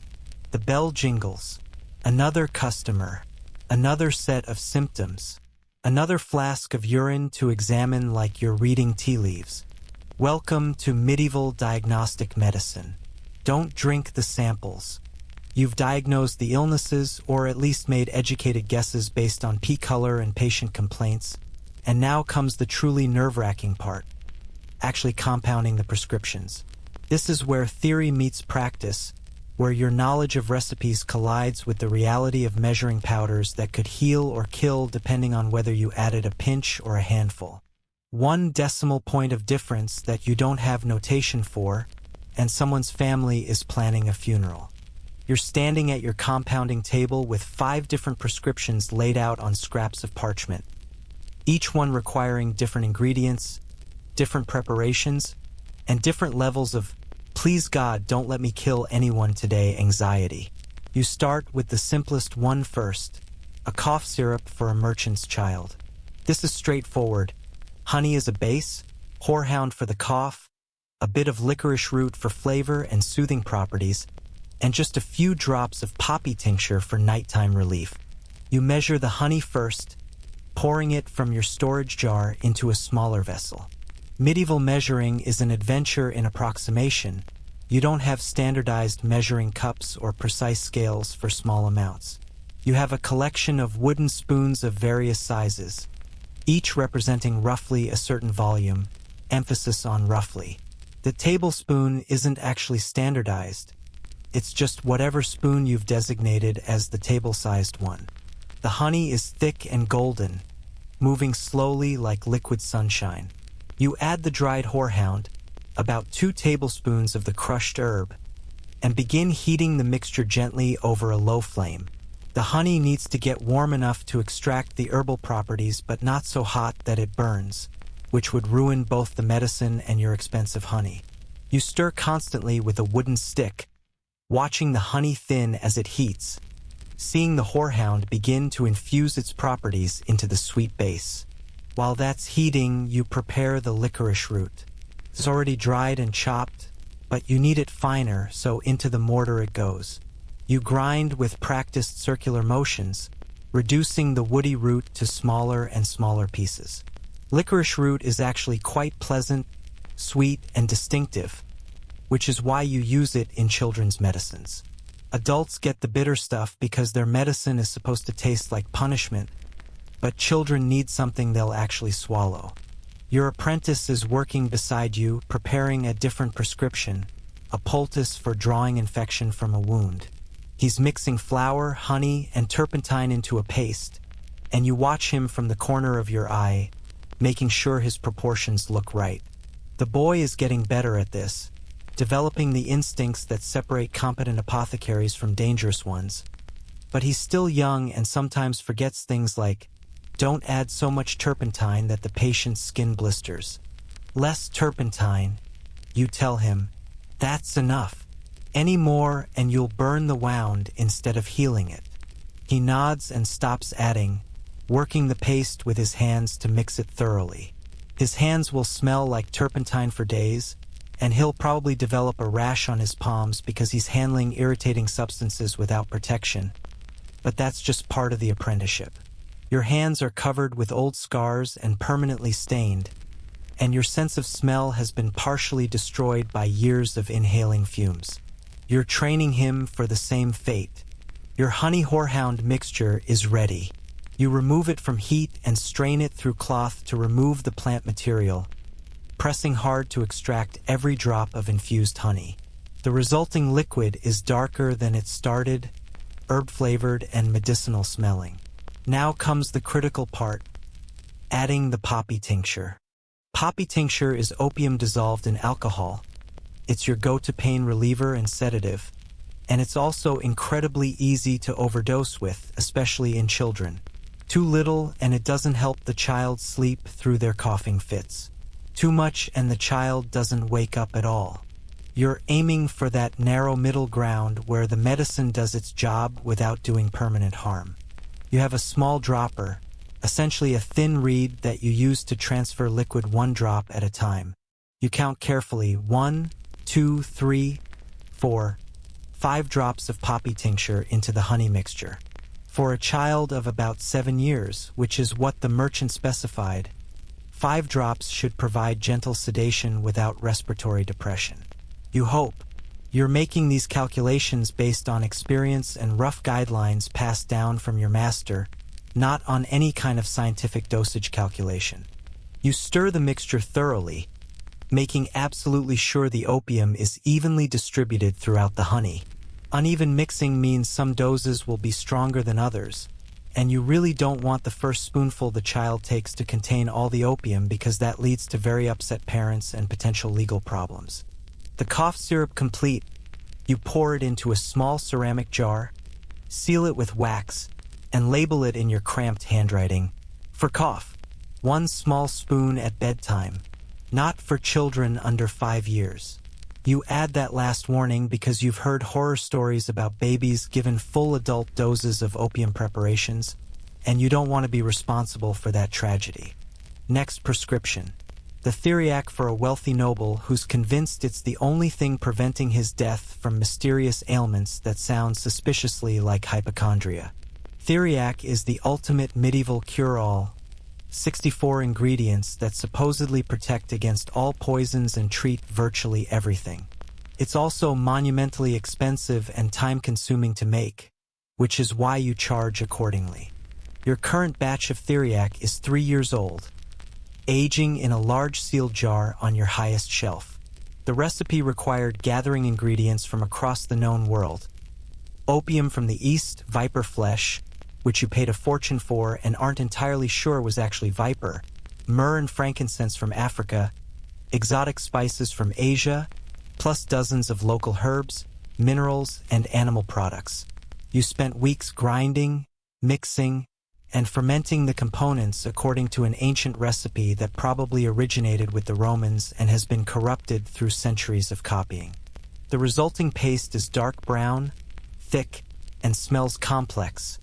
Sweet, bitter, spicy, medicinal, and slightly unpleasant all at once. You're supposed to age Theriac for years, even decades, allowing the ingredients to mellow and combine. Whether this actually improves its effectiveness or just makes expensive medicine even more expensive by adding storage time, historians still argue about.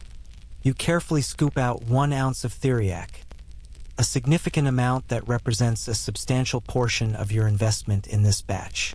You're charging the noble 5 gold florins for this ounce, which is an absolutely outrageous price that he'll pay without complaint because Theriac has a reputation and wealthy people love expensive treatments.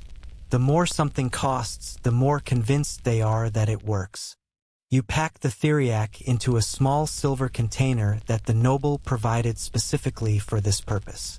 Apparently keeping Theriac in base materials like ceramic would diminish its properties, or so the wealthy believe. You're not going to argue with superstitions that allow you to charge 5 florins for an ounce of paste. While you're handling the Theriac, your mind wanders to the most complex prescription of the day, the one for Master Edmund's daughter with the gynecological issues. You'll need to prepare several things: an iron tonic for her weakness and paleness, a uterine regulator to address her irregular cycles, and possibly a calming preparation if she's experiencing pain or anxiety related to her condition. The iron tonic is scientifically sound even by modern standards. You're making a preparation that will actually address iron deficiency anemia. Your recipe involves steeping nails in wine for several days, creating a solution of iron salts that the body can absorb. You don't understand the chemistry. You think the virtue of iron is being extracted into the wine, but the principle is correct. Iron plus acidic liquid plus time equals absorbable iron supplement. You have a batch already prepared. Wine that's been steeping with clean iron nails for 5 days, turning the wine slightly cloudy and giving it a metallic taste. You strain out the nails, which can be reused for the next batch, and add herbs to make it more palatable and to fit medieval expectations about what medicine should contain. You add some gentian root for strengthening the blood, some dried roses for feminine virtue, and honey to make the whole thing taste less like you're drinking rusty metal water. The uterine regulator is trickier because you're working with medieval theories about women's health that range from reasonable observation to complete nonsense. The standard approach involves herbs that affect menstruation: pennyroyal, mugwort, tansy, and rue. These herbs are emmenagogues.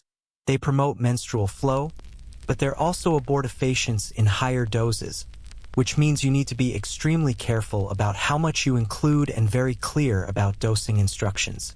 You measure these herbs cautiously. Too weak and the medicine won't address her irregular cycles.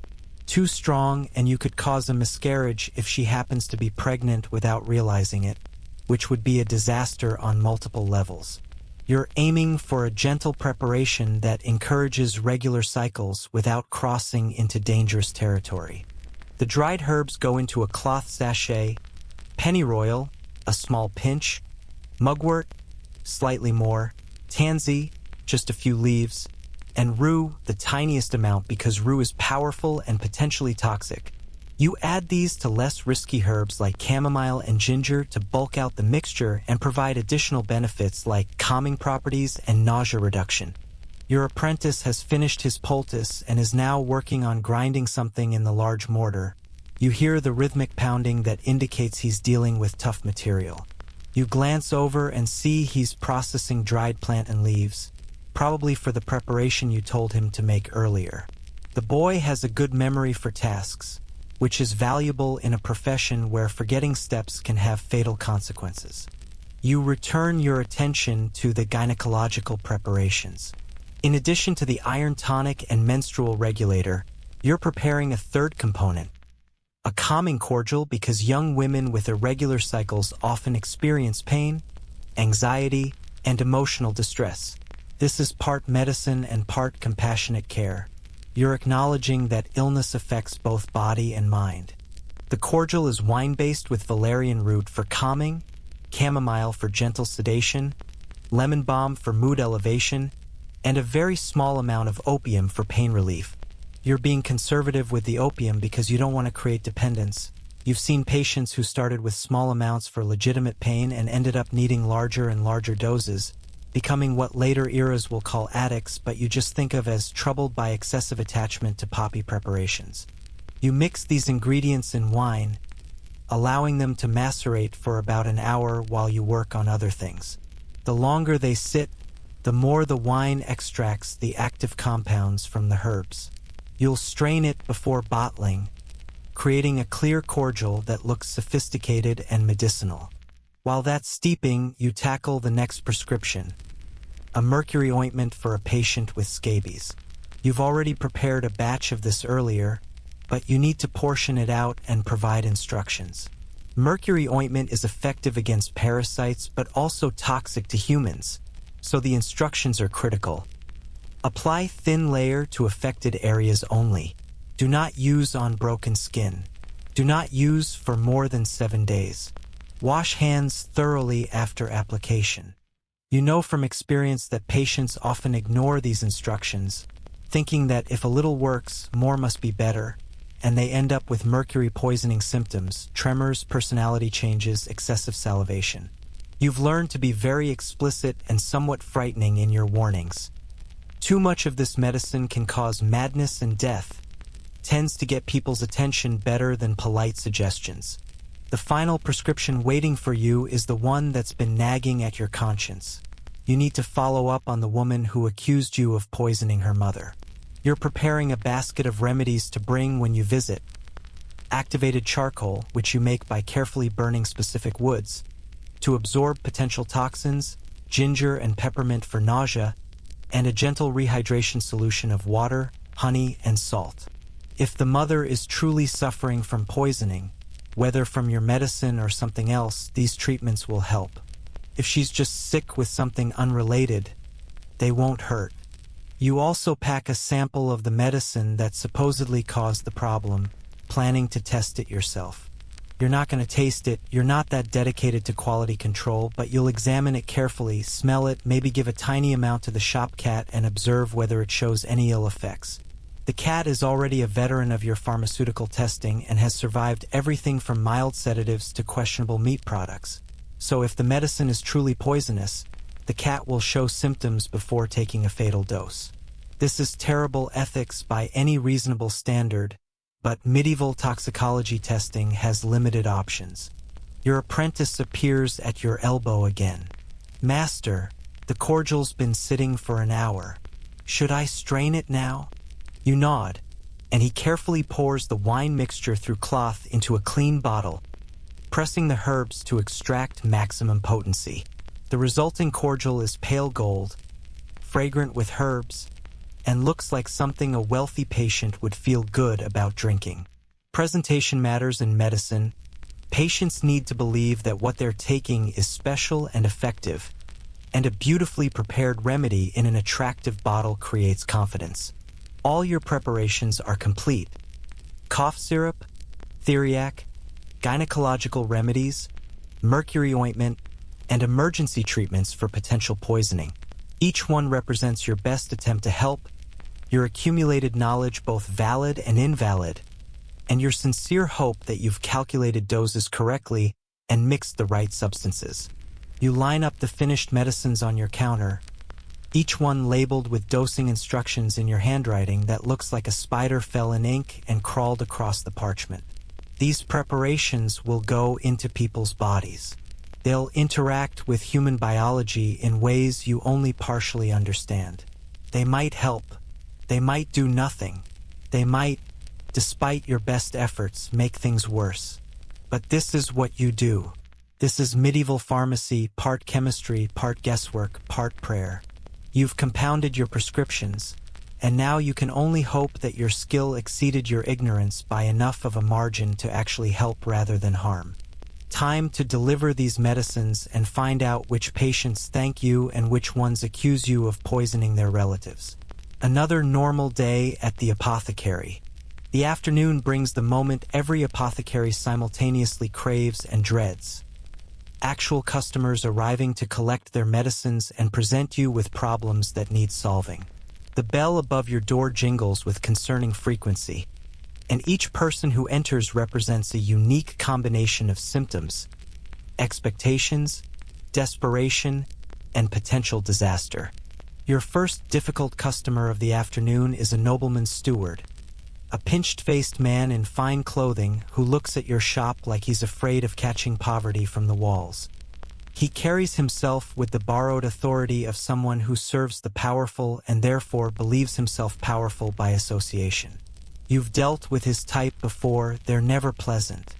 The Earl requires a sleeping draught, he announces without greeting. He's been troubled by insomnia and requires something stronger than his usual preparation.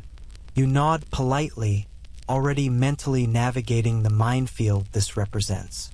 Sleeping drafts mean opium preparations, and stronger than usual means the Earl has probably developed tolerance and is demanding higher doses. This is dangerous territory. Give him too little and he'll complain that you're incompetent. Give him too much and you could accidentally kill an Earl, which is the kind of career-ending mistake that might also end your actual life. What has the Earl been taking previously? You ask, trying to gather information. The steward waves his hand dismissively. Some poppy draft. He says it no longer works.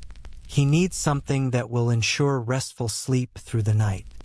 How much of the poppy draft has he been taking, and how frequently? I don't concern myself with such details. Just prepare something effective. This is exactly the problem with wealthy patients. They want results but don't want to provide the information you need to prescribe safely. You're being asked to make potentially dangerous decisions with incomplete information, and if something goes wrong, you'll be the one held responsible. I can prepare a stronger sleeping draught, you say carefully, but I need to know his current dose to avoid dangerous interactions. Too much poppy preparation can suppress breathing and cause death in sleep. I'm sure the Earl would prefer to wake up in the morning. The implied threat that you might kill his employer gets the steward's attention. He huffs with irritation but provides more details. The Earl has been taking approximately 1 ounce of poppy wine nightly, sometimes more when sleep proves elusive. That's already a substantial dose, indicating significant tolerance. Increasing it further is risky. I'll prepare a different formulation, you decide.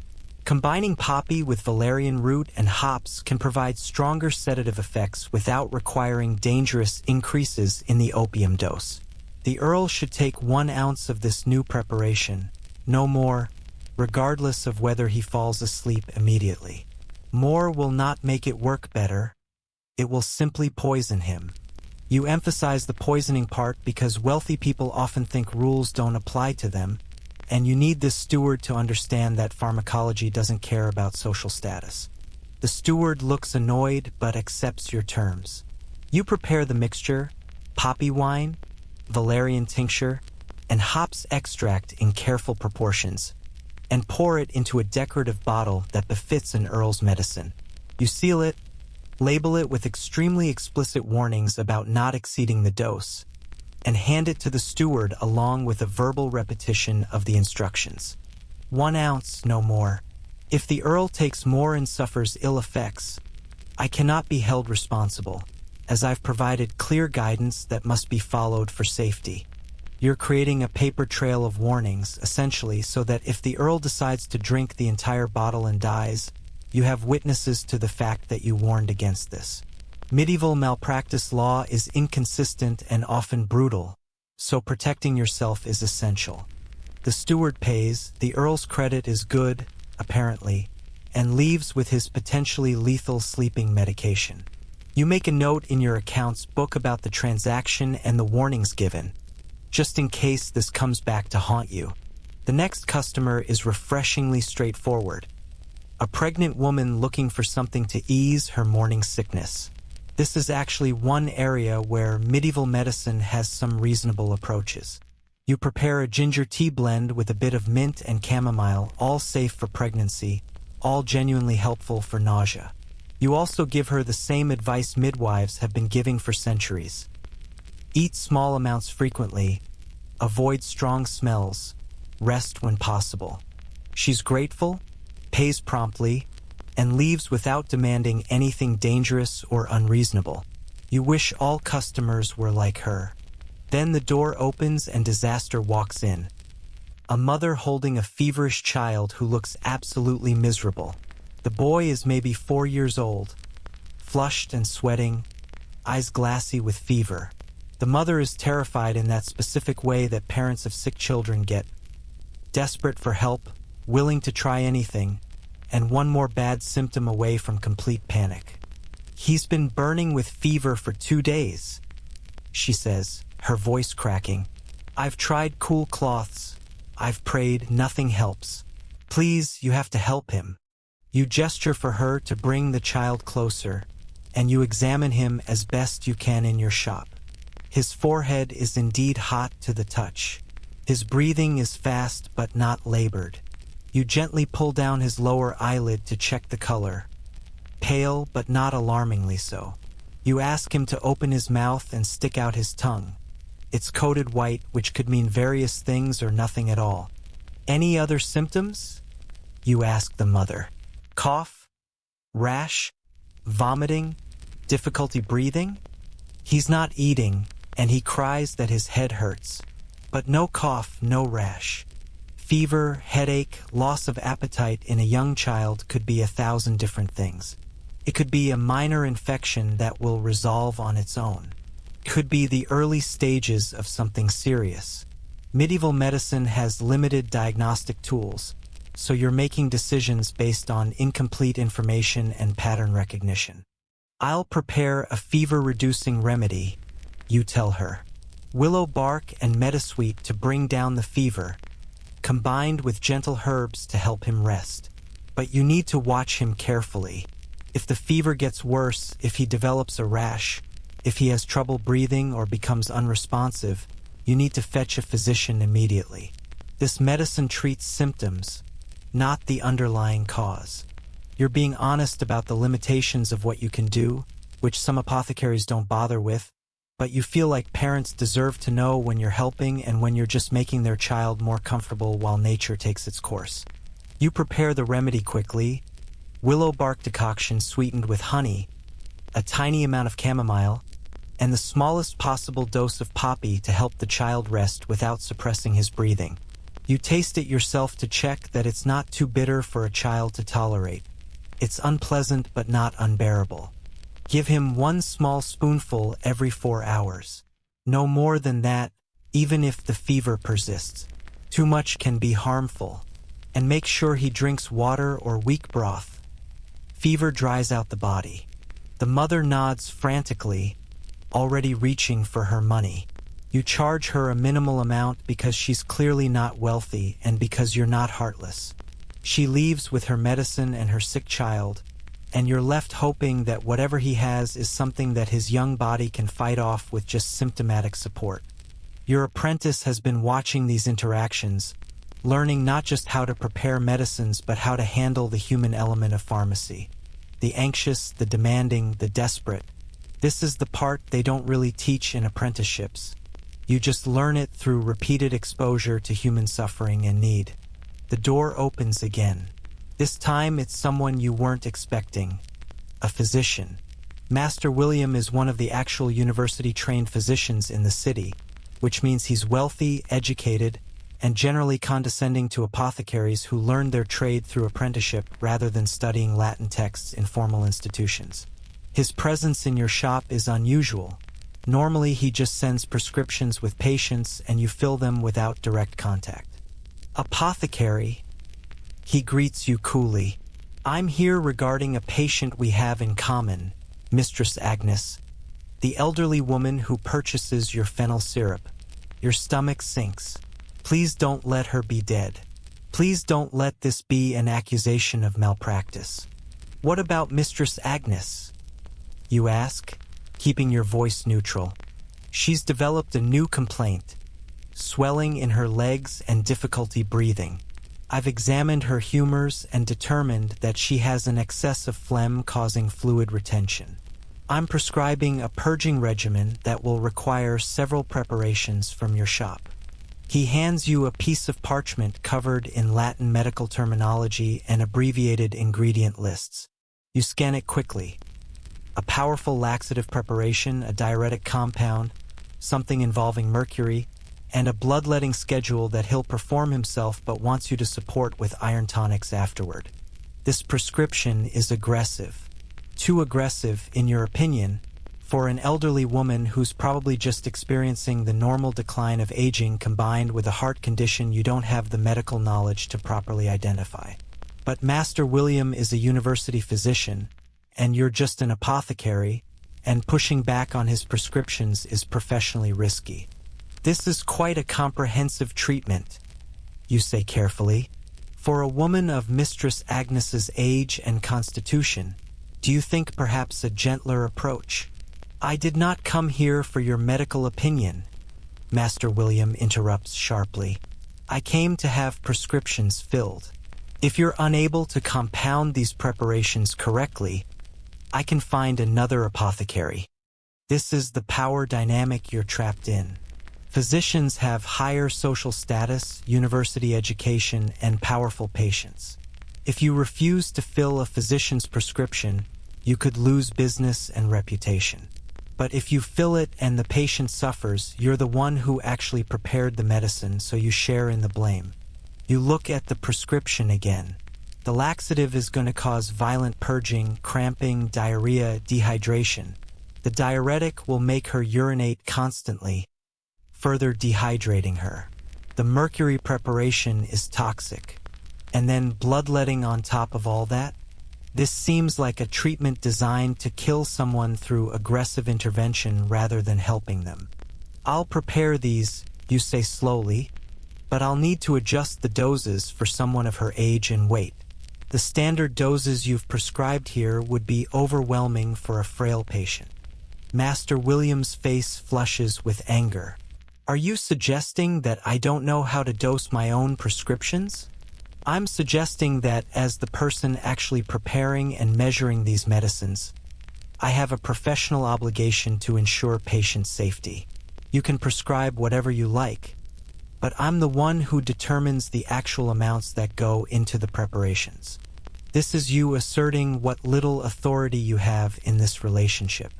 Physicians prescribe, but apothecaries compound, and that gives you some discretion in implementation. It's a delicate dance of professional boundaries. Master William glares at you for a long moment, clearly weighing whether to escalate this conflict or accept your compromise. Finally, he nods stiffly. Fine, use your judgment on doses, but I expect these preparations ready by tomorrow morning. I'll send a servant to collect them. He leaves without further pleasantries, and you're left holding a prescription that you're going to have to significantly modify to prevent it from killing a sweet old woman who just wants her fennel syrup and to live out her remaining years in peace. Your apprentice looks at you with concern. Master, will you really change a physician's prescription? I'll make it less likely to kill the patient, yes. You tell him, physicians know theory, but we know practice. We're the ones who see what these medicines actually do to people's bodies. Sometimes we know better than they do, even if we're not allowed to say so directly. This is the uncomfortable truth of your profession. You're subordinate to physicians in the medical hierarchy, but you often have better practical knowledge about what medicines actually do. You've seen countless patients react to various preparations. You know which doses are dangerous, which combinations are problematic, which treatments sound good in theory but fail in practice. But you can't openly contradict physicians without professional consequences. The afternoon continues with more customers. A laborer needing a pain salve for a back injury, you recommend arnica and St. John's wort in a fat base. A merchant wanting a digestive tonic, ginger, peppermint, and a bit of gentian. And a young man too embarrassed to state his problem until you usher him into the back room where he admits he needs a treatment for painful urination, probably gonorrhea. You give him a copaiba balsam preparation that might help but probably won't cure it, because effective syphilis and gonorrhea treatment is centuries away. Each customer is a puzzle of symptoms, expectations, social dynamics, and medical limitations. Some you can genuinely help. Some you can only comfort. Some you're just taking money from in exchange for placebos and hope, because they need to feel like they're doing something and you need to eat. Then your absolute worst nightmare walks through the door. A constable accompanied by the woman who accused you of poisoning her mother. The constable's presence means this has escalated beyond a simple complaint to an actual legal matter. The apothecary? The constable asks, looking at you. That's me. You confirm, your heart hammering. This woman claims you sold her mother a medicine that made her gravely ill. I'm here to investigate the complaint and examine your shop for evidence of negligent practice. This is how apothecaries lose their licenses, get fined into bankruptcy, or occasionally get executed for poisoning. You force yourself to stay calm and professional. I was planning to visit her mother this afternoon to assess the situation. You say, I take any adverse reaction seriously. May I show you the preparation in question? You retrieve the jar of stomach medicine that the woman brought back, and you also get your recipe book to show the constable exactly what should have been in the preparation. You explain each ingredient, demonstrate your measuring tools, show your labeling system, and essentially prove that you operate a legitimate, careful practice. The constable examines everything with skeptical eyes. He can't read Latin, so your recipe book is just mysterious symbols to him, but he can see that you have organization, systems, and professional equipment. He samples the suspicious medicine himself, just a tiny taste, and doesn't immediately fall over, which works in your favor. I'll accompany you to visit the sick woman, he decides. We'll assess her condition and determine if charges are warranted. This is both good and bad. Good because you'll get to examine the patient and possibly prove your medicine wasn't at fault. Bad because if she's genuinely poisoned, you're walking into a situation that could end with your arrest. You grab your medical basket, leave your apprentice in charge of the shop, and follow the constable and the accusing woman through the streets toward Cordwainer Street. Your mind races through possibilities. Was there a labeling error? Did your apprentice contaminate something? Did the woman's mother take too much? Did she have an allergic reaction? Or is she sick with something completely unrelated and just coincidentally got ill after taking your medicine? The walk to Cordwainer Street feels both too short and too long. You're about to find out if you're a healer or an accidental poisoner, if your career continues or ends, if you're going home tonight or spending it in a cell waiting for trial. Welcome to the most stressful part of being a medieval apothecary. The moment when your medicines either prove themselves or destroy you. The customer is always right except when they're dead, and then you're very, very wrong regardless of whose fault it actually was. The thing about running an apothecary in medieval times is that you're not just competing with other apothecaries. You're navigating a complex web of guild regulations, territorial physicians, suspicious spice merchants, and rival healers who would happily see you shut down if it meant more business for themselves. And all of this operates under a system of rules so Byzantine that you're never entirely sure if you're in compliance or one inspection away from losing everything. You climb the narrow stairs to the third floor above the shoemaker's shop, the constable behind you and the accusing daughter leading the way. The building smells like leather and the distinctive tang of the tanning solutions used in shoemaking. Not pleasant, but familiar in a city where every building smells like whatever industry operates within it. Your own shop probably smells like a combination of herbs, smoke, and desperation to anyone with a fresh nose. The mother is lying in a small bed in a cramped room that serves as both bedroom and living space for what appears to be a family of 4. She's pale, sweating, and looks genuinely ill, not faking it for sympathy or compensation. Your stomach unclenches slightly because a truly sick person is better than a dead one, even if you're not yet certain of your innocence in causing her condition. "Mistress," you say gently, approaching the bed, "I'm the apothecary. Can you tell me how you're feeling?" She turns her head weakly toward you. "Dizzy. Sick to my stomach. Can't keep anything down. Started the evening I took your medicine. What exactly did you eat that day? Walk me through everything you consumed." This is important because food poisoning is incredibly common in medieval cities where refrigeration doesn't exist, food safety standards are non-existent, and that meat pie from the street vendor might contain any number of questionable ingredients. If she ate something contaminated and happened to take your medicine the same day, correlation isn't causation. But try explaining that to angry family members and a constable who doesn't understand Latin medical texts, let alone statistical reasoning. She thinks for a moment, struggling with memory through her illness. Bread in the morning, some cheese at midday, pie from the market in the evening, mutton pie, or the vendor said it was mutton.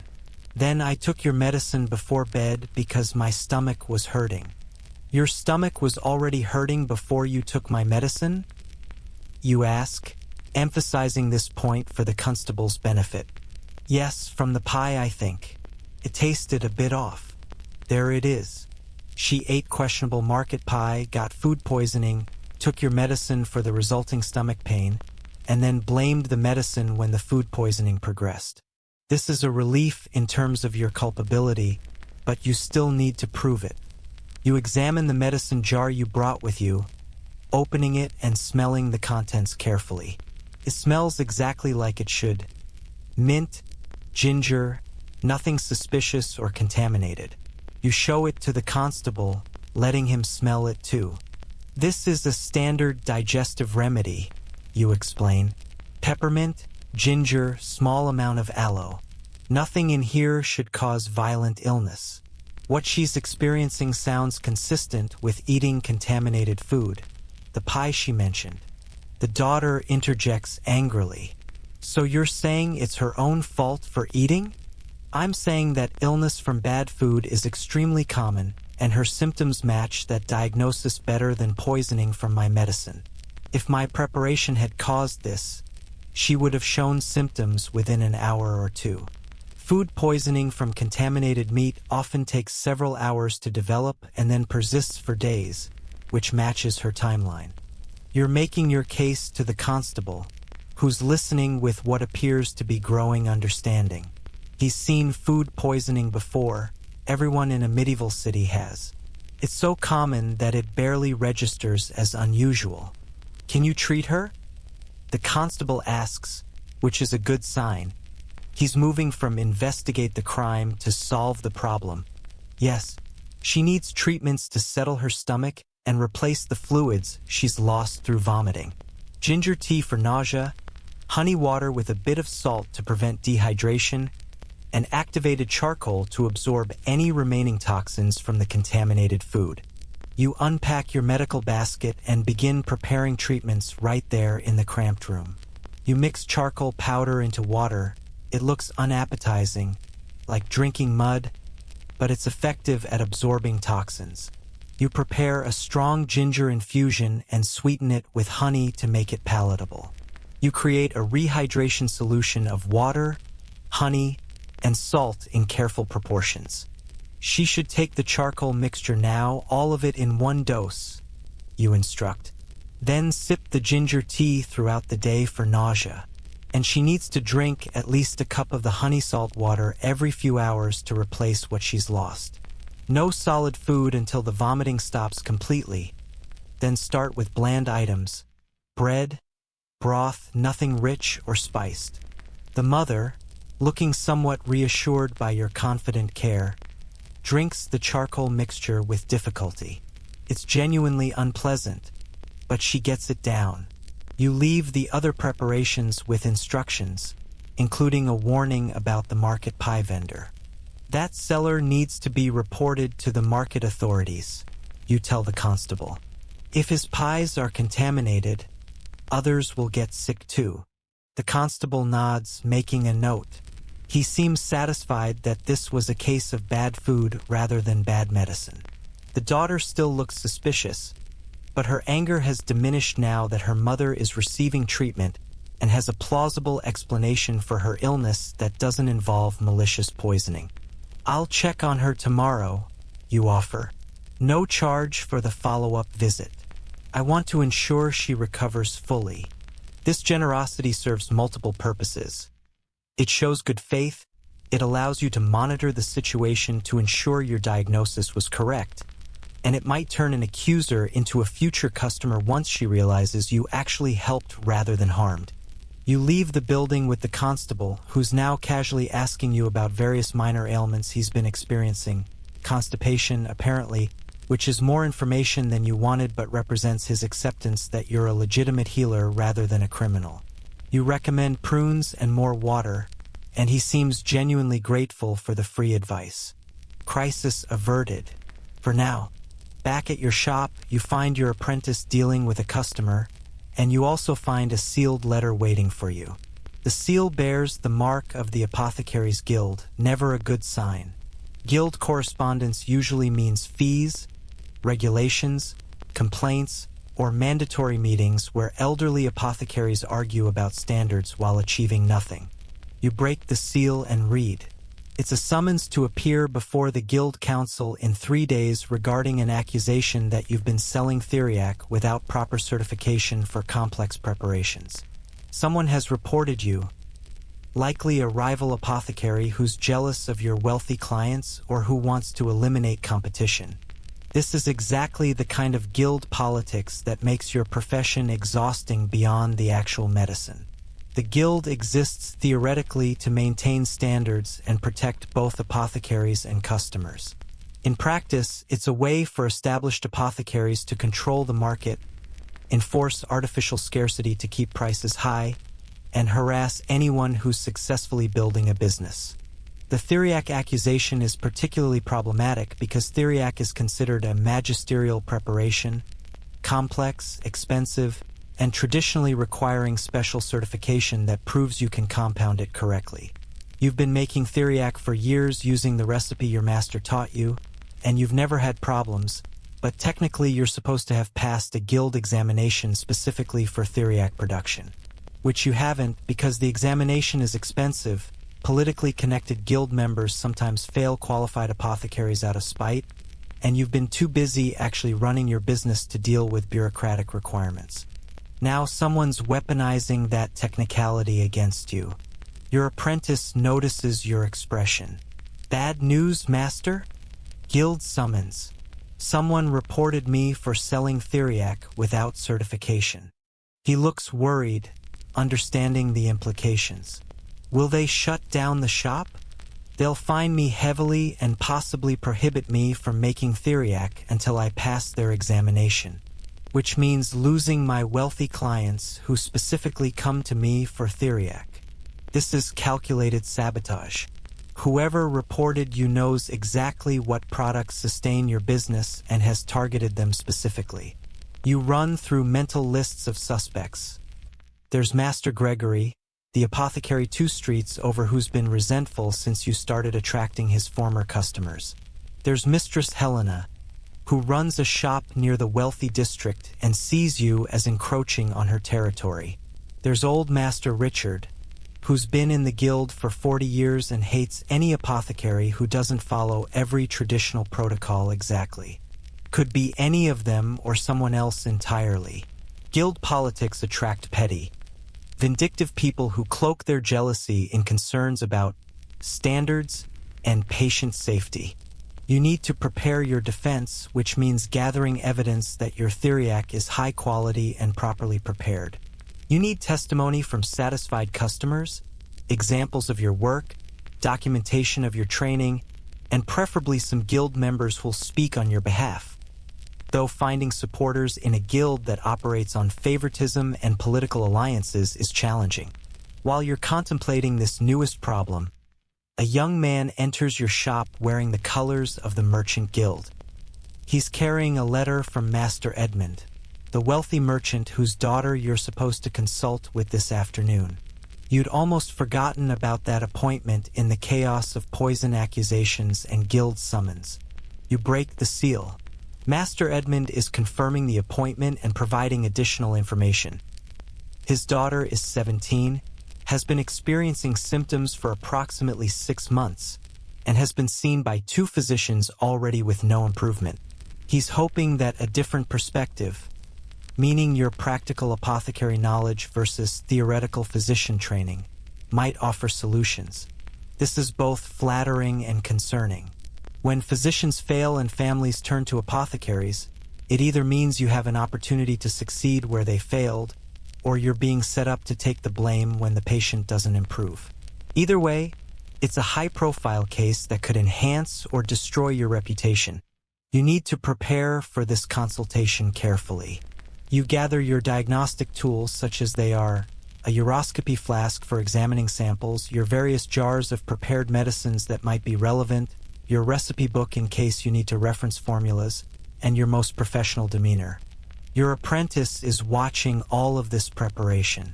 Master, with the guild summons and the wealthy consultation, are you worried? Constantly, you admit. That's what being an apothecary means. Constant worry that you've measured wrong, diagnosed incorrectly, offended someone powerful, or violated some regulation you didn't know existed. But we do it anyway because people need help and we're the ones trained to provide it. It's the most honest you've been with him about the realities of this profession. It's not the romantic image of healing that drew you in as a boy. It's stress, politics, impossible standards, angry customers, jealous rivals, and the ever-present fear that one mistake will end your career or someone's life. But it's also the genuine satisfaction when someone recovers because of your treatment. It's the gratitude in a mother's eyes when her child's fever breaks. It's the intellectual challenge of matching symptoms to remedies, of constantly learning and adapting. It's knowing that you're one of the people keeping your community alive, even if your methods are imperfect and your knowledge is incomplete. You check your appearance in a polished metal mirror. Your apron is stained beyond redemption, but your face is clean and you look reasonably professional. You gather your medical basket and prepare to venture into the wealthy merchant district for a consultation that could make or break your reputation. As you're leaving, your apprentice calls out, "Master, what should I tell customers while you're gone? Tell them I'll return by evening. If anyone needs urgent care, refer them to Master Gregory's shop." You see his surprise. Master Gregory is likely the one who reported you to the guild, and you're sending customers to him? Keep your enemies close, you explain. And besides, I actually care whether people get treatment, even if it means helping my rival's business. That's the difference between a real healer and a territorial charlatan. I put patients first. It's a nice sentiment, though you're also calculating that appearing generous and professional might help when word of your character reaches guild members deciding your fate. You step out into the afternoon streets, carrying your medical basket and your concerns, heading toward a consultation with a wealthy merchant's sick daughter while your own professional future hangs in the balance. Just another day navigating the treacherous waters of medieval medical practice, where guild politics can be as deadly as any disease. The merchant district occupies the city's most desirable area. Wider streets, better paving, houses that don't lean drunkenly against each other like exhausted peasants. You navigate through neighborhoods that progressively improve until you reach Master Edmund's residence, a substantial timber-framed building with actual glass in multiple windows and a carved wooden door that probably cost more than your entire year's income. A servant in clean livery, imagine, clothing clean enough to show its original color, answers your knock and ushers you inside with the polite condescension reserved for tradespeople who are necessary but not quite respectable. The interior is impressive in a way that makes you acutely aware of every stain on your apron. There are tapestries on the walls, actual chairs instead of stools, and floors covered with rushes that appear to be changed regularly rather than once a season when the smell becomes unbearable. You're led through a receiving room where Master Edmund awaits, a prosperous man in his 50s with the well-fed appearance of someone who's never worried about where his next meal is coming from. Apothecary, thank you for coming. He greets you with businesslike courtesy. My daughter Isabel has been declining for months, and the physicians have been useless. They bleed her, prescribe expensive preparations, debate about humoral imbalances, and she only gets weaker. I'm hoping your practical experience might offer something their theoretical knowledge has missed. This is the eternal tension between physicians and apothecaries. They have university education and social status. You have hands-on experience and observation. Sometimes theory beats practice. Sometimes practice beats theory. And sometimes everyone's just guessing and hoping for the best. I'll do my best to help, you assure him. May I examine her and ask questions about her symptoms? He leads you upstairs to a well-appointed bedroom where his daughter lies in a proper bed with actual mattress and clean linens. Luxuries you rarely see in your practice since most of your patients are common folk sleeping on straw. Isabel is indeed pale, almost translucent, with dark circles under her eyes and the kind of exhaustion that radiates from her entire posture. She's awake but listless, barely acknowledging your entrance. A woman you assume is her mother sits beside the bed, worry etched into every line of her face. She's been watching her daughter decline for months, paying expensive physicians who haven't helped, and now she's desperate enough to try an apothecary, which tells you how dire they consider the situation. Isabel, Master Edmund says gently, this is the apothecary. He's here to help. You approach the bed respectfully, very aware of the social delicacy here. She's an unmarried young woman of wealthy family, and you're a male apothecary about to ask intimate questions about her health. Everything must be done with utmost propriety, with her mother present as chaperone, and with careful phrasing that doesn't imply anything inappropriate. Mistress Isabel, you address her formally, I need to understand your symptoms. Can you tell me how you've been feeling? Her voice when she speaks is weak, tired, all the time. I can barely climb stairs without resting. My monthly courses have become difficult. She glances at her mother, embarrassed to discuss this in front of a man, even a medical one. Her mother interjects. They're irregular now, sometimes missing entirely, and when they come, they're very painful. She complains of cold, always cold, even by the fire, and she has no appetite. We have to force her to eat. You're mentally cataloging symptoms. Extreme fatigue, pallor, cold sensitivity, irregular menstruation, loss of appetite. This constellation points toward what later eras will call anemia, specifically iron deficiency anemia, probably caused by heavy menstrual bleeding depleting her iron stores, creating a vicious cycle where lack of iron affects menstruation, which causes more iron loss. Medieval medicine doesn't understand iron or hemoglobin or oxygen-carrying capacity of blood, but you do recognize the pattern. You've seen this before, particularly in young women, and you know that certain treatments tend to help even if you don't know exactly why. Have the physicians attempted bloodletting? You ask, already suspecting the answer and dreading it. Yes, Master Edmund confirms. They said she had an excess of blood causing corruption, so they've bled her 3 times in the past 2 months. Of course they did. Physicians love bloodletting. It's their answer to everything, despite the fact that removing blood from an already anemic patient is possibly the worst intervention imaginable. It's like trying to treat dehydration by draining more water from someone's body. But physicians have their theories about balanced humors, and they stick to them even when observation clearly shows the treatment isn't working. No more bloodletting, you say firmly. I believe her problem is not too much blood, but blood that's become weak and thin, lacking in vital force. Removing more will only make her worse. The mother looks relieved. She's probably been watching her daughter get weaker after each bleeding and has been quietly questioning whether this makes sense. But physicians have authority, and who is she to question their methods? What she needs, you continue, is the opposite approach. We need to strengthen her blood, not remove it. I have preparations that can help with this. You explain your proposed treatment plan. Iron-rich tonics to build up her blood, dietary recommendations for iron-rich foods, though you don't use that terminology, herbal preparations to regulate her menstrual cycle without causing harm, and gentle strengthening remedies to address her overall weakness. I have an iron wine that I prepared this morning. It's been steeping with nails to extract the strengthening properties of iron into the wine. She should take 1 cup daily. I also recommend she eat more red meat, dark leafy vegetables, and liver if she can tolerate it. These foods share qualities with blood and will help build her stronger.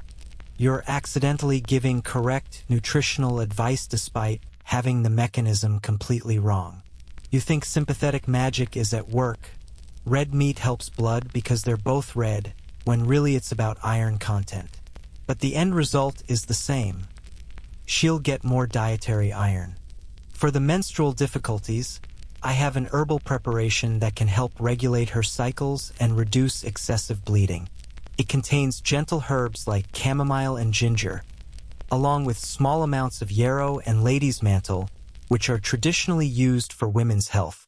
You're being very careful not to prescribe anything too aggressive because young women of marriageable age need to be protected from accusations that you gave them abortifacients or anything that might affect their fertility.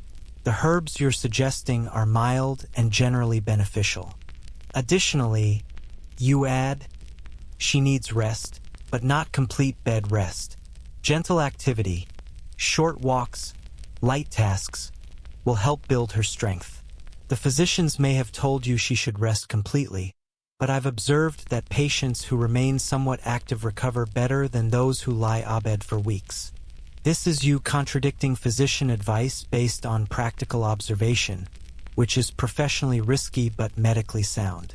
Excessive bed rest actually worsens many conditions, causing muscle wasting and depression, but medieval medical theory loves prescribing complete rest for any serious illness. Master Edmund is listening intently. How long before we see improvement? If my assessment is correct, you should notice small improvements within 2 weeks. Slightly more energy, better color. Full recovery will take months of consistent treatment. This isn't a quick fix, but a gradual rebuilding of her strength. You're setting realistic expectations, which is both honest and strategically wise. If you promise immediate dramatic improvement and it doesn't happen, you look like a charlatan. If you promise gradual improvement and it occurs, you look competent and knowledgeable. I'll return in 1 week to assess her progress and adjust treatments as needed, you offer. And please, no more bloodletting. I cannot emphasize this enough. Removing blood from someone whose blood is already weak is like throwing water from a boat that's already leaking. The mother actually smiles at this metaphor, the first real expression of hope you've seen from her. Master Edmund looks thoughtful, clearly weighing your recommendations against what the expensive physicians have told him. But his daughter is getting worse despite their treatments, and you're offering something different based on what you claim is observation and experience. Very well, he decides. We'll try your approach. What's your fee? You name a price that's substantial but not outrageous, enough to reflect the seriousness of the case and the ongoing treatment plan, but not so high that he feels gouged. He pays without haggling, which is refreshing after dealing with customers who argue over every penny. You leave the merchant's house with money in your purse, a high-profile patient who could enhance your reputation if she improves, and the heavy weight of responsibility. If Isabel recovers, you'll have succeeded where university-trained physicians failed, which will boost your business considerably. If she declines further or dies, you'll be blamed for contradicting proper medical authority, and that guild hearing about your Theriac certification will go very poorly indeed. The evening is settling over the city as you make your way back to your shop, and you're exhausted in a way that goes beyond physical tiredness. It's the mental and emotional exhaustion of a day spent diagnosing by guesswork, preparing medicines that might help or might harm, navigating professional rivalries and guild politics, and bearing responsibility for human lives based on knowledge that's part science, part tradition, and part desperate improvisation. Your apprentice has closed the shop for the night. The shutters are latched, the door is locked, and dim light shows through the cracks indicating he's inside, probably cleaning up from the day's work. You unlock the door and enter your domain. This cramped space filled with jars and smells and the accumulated tools of your impossible profession. How did it go, master? Your apprentice asks, looking up from sweeping the floor. I may have just saved a girl's life or ruined my reputation, possibly both. You tell him honestly, we'll know in a week or two. He accepts this uncertainty with the resignation of someone learning that medicine rarely provides clear answers. You help him finish the closing tasks, covering sensitive preparations, checking that fires are properly extinguished, ensuring that nothing toxic is left where it could be accidentally ingested by the rats that inevitably share your space.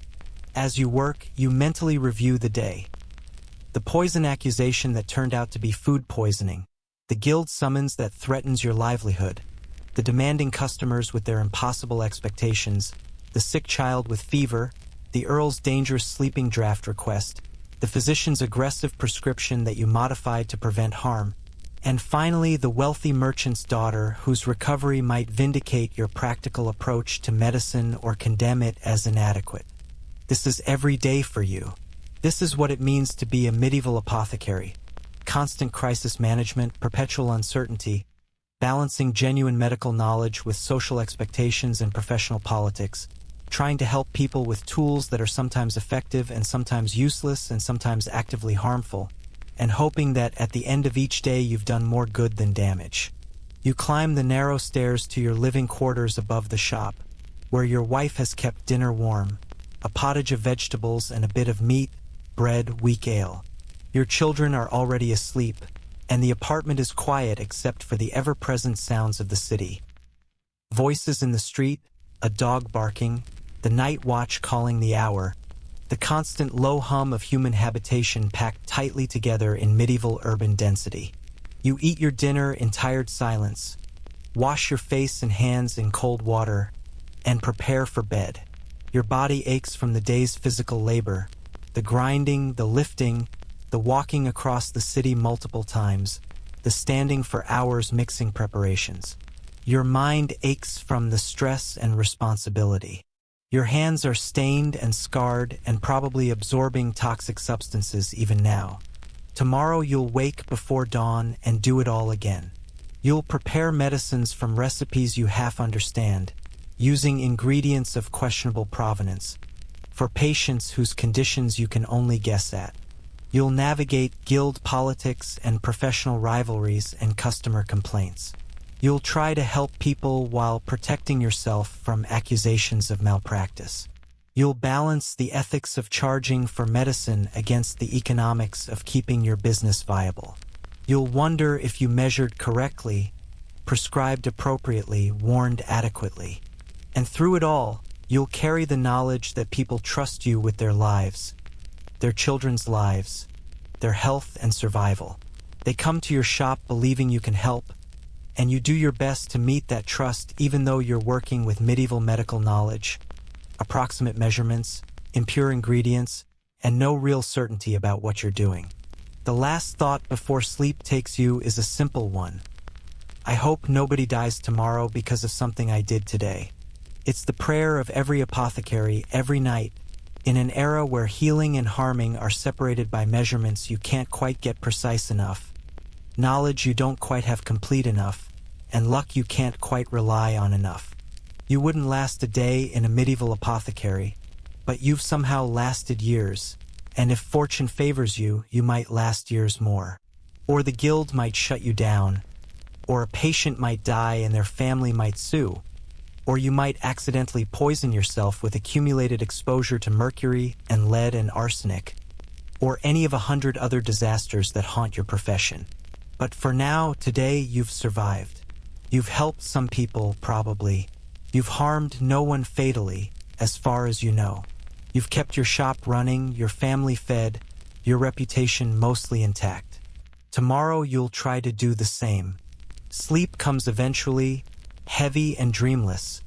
The exhausted sleep of someone who's spent the day bearing impossible burdens with inadequate tools, and will wake to do it again. The room grows quieter now, the day's chaos fading into memory like smoke dissipating into darkness.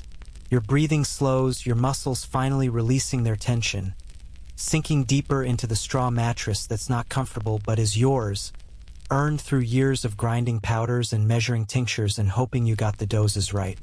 Outside, the city settles into its nighttime rhythm, softer, slower, but never truly silent. Somewhere a baby cries.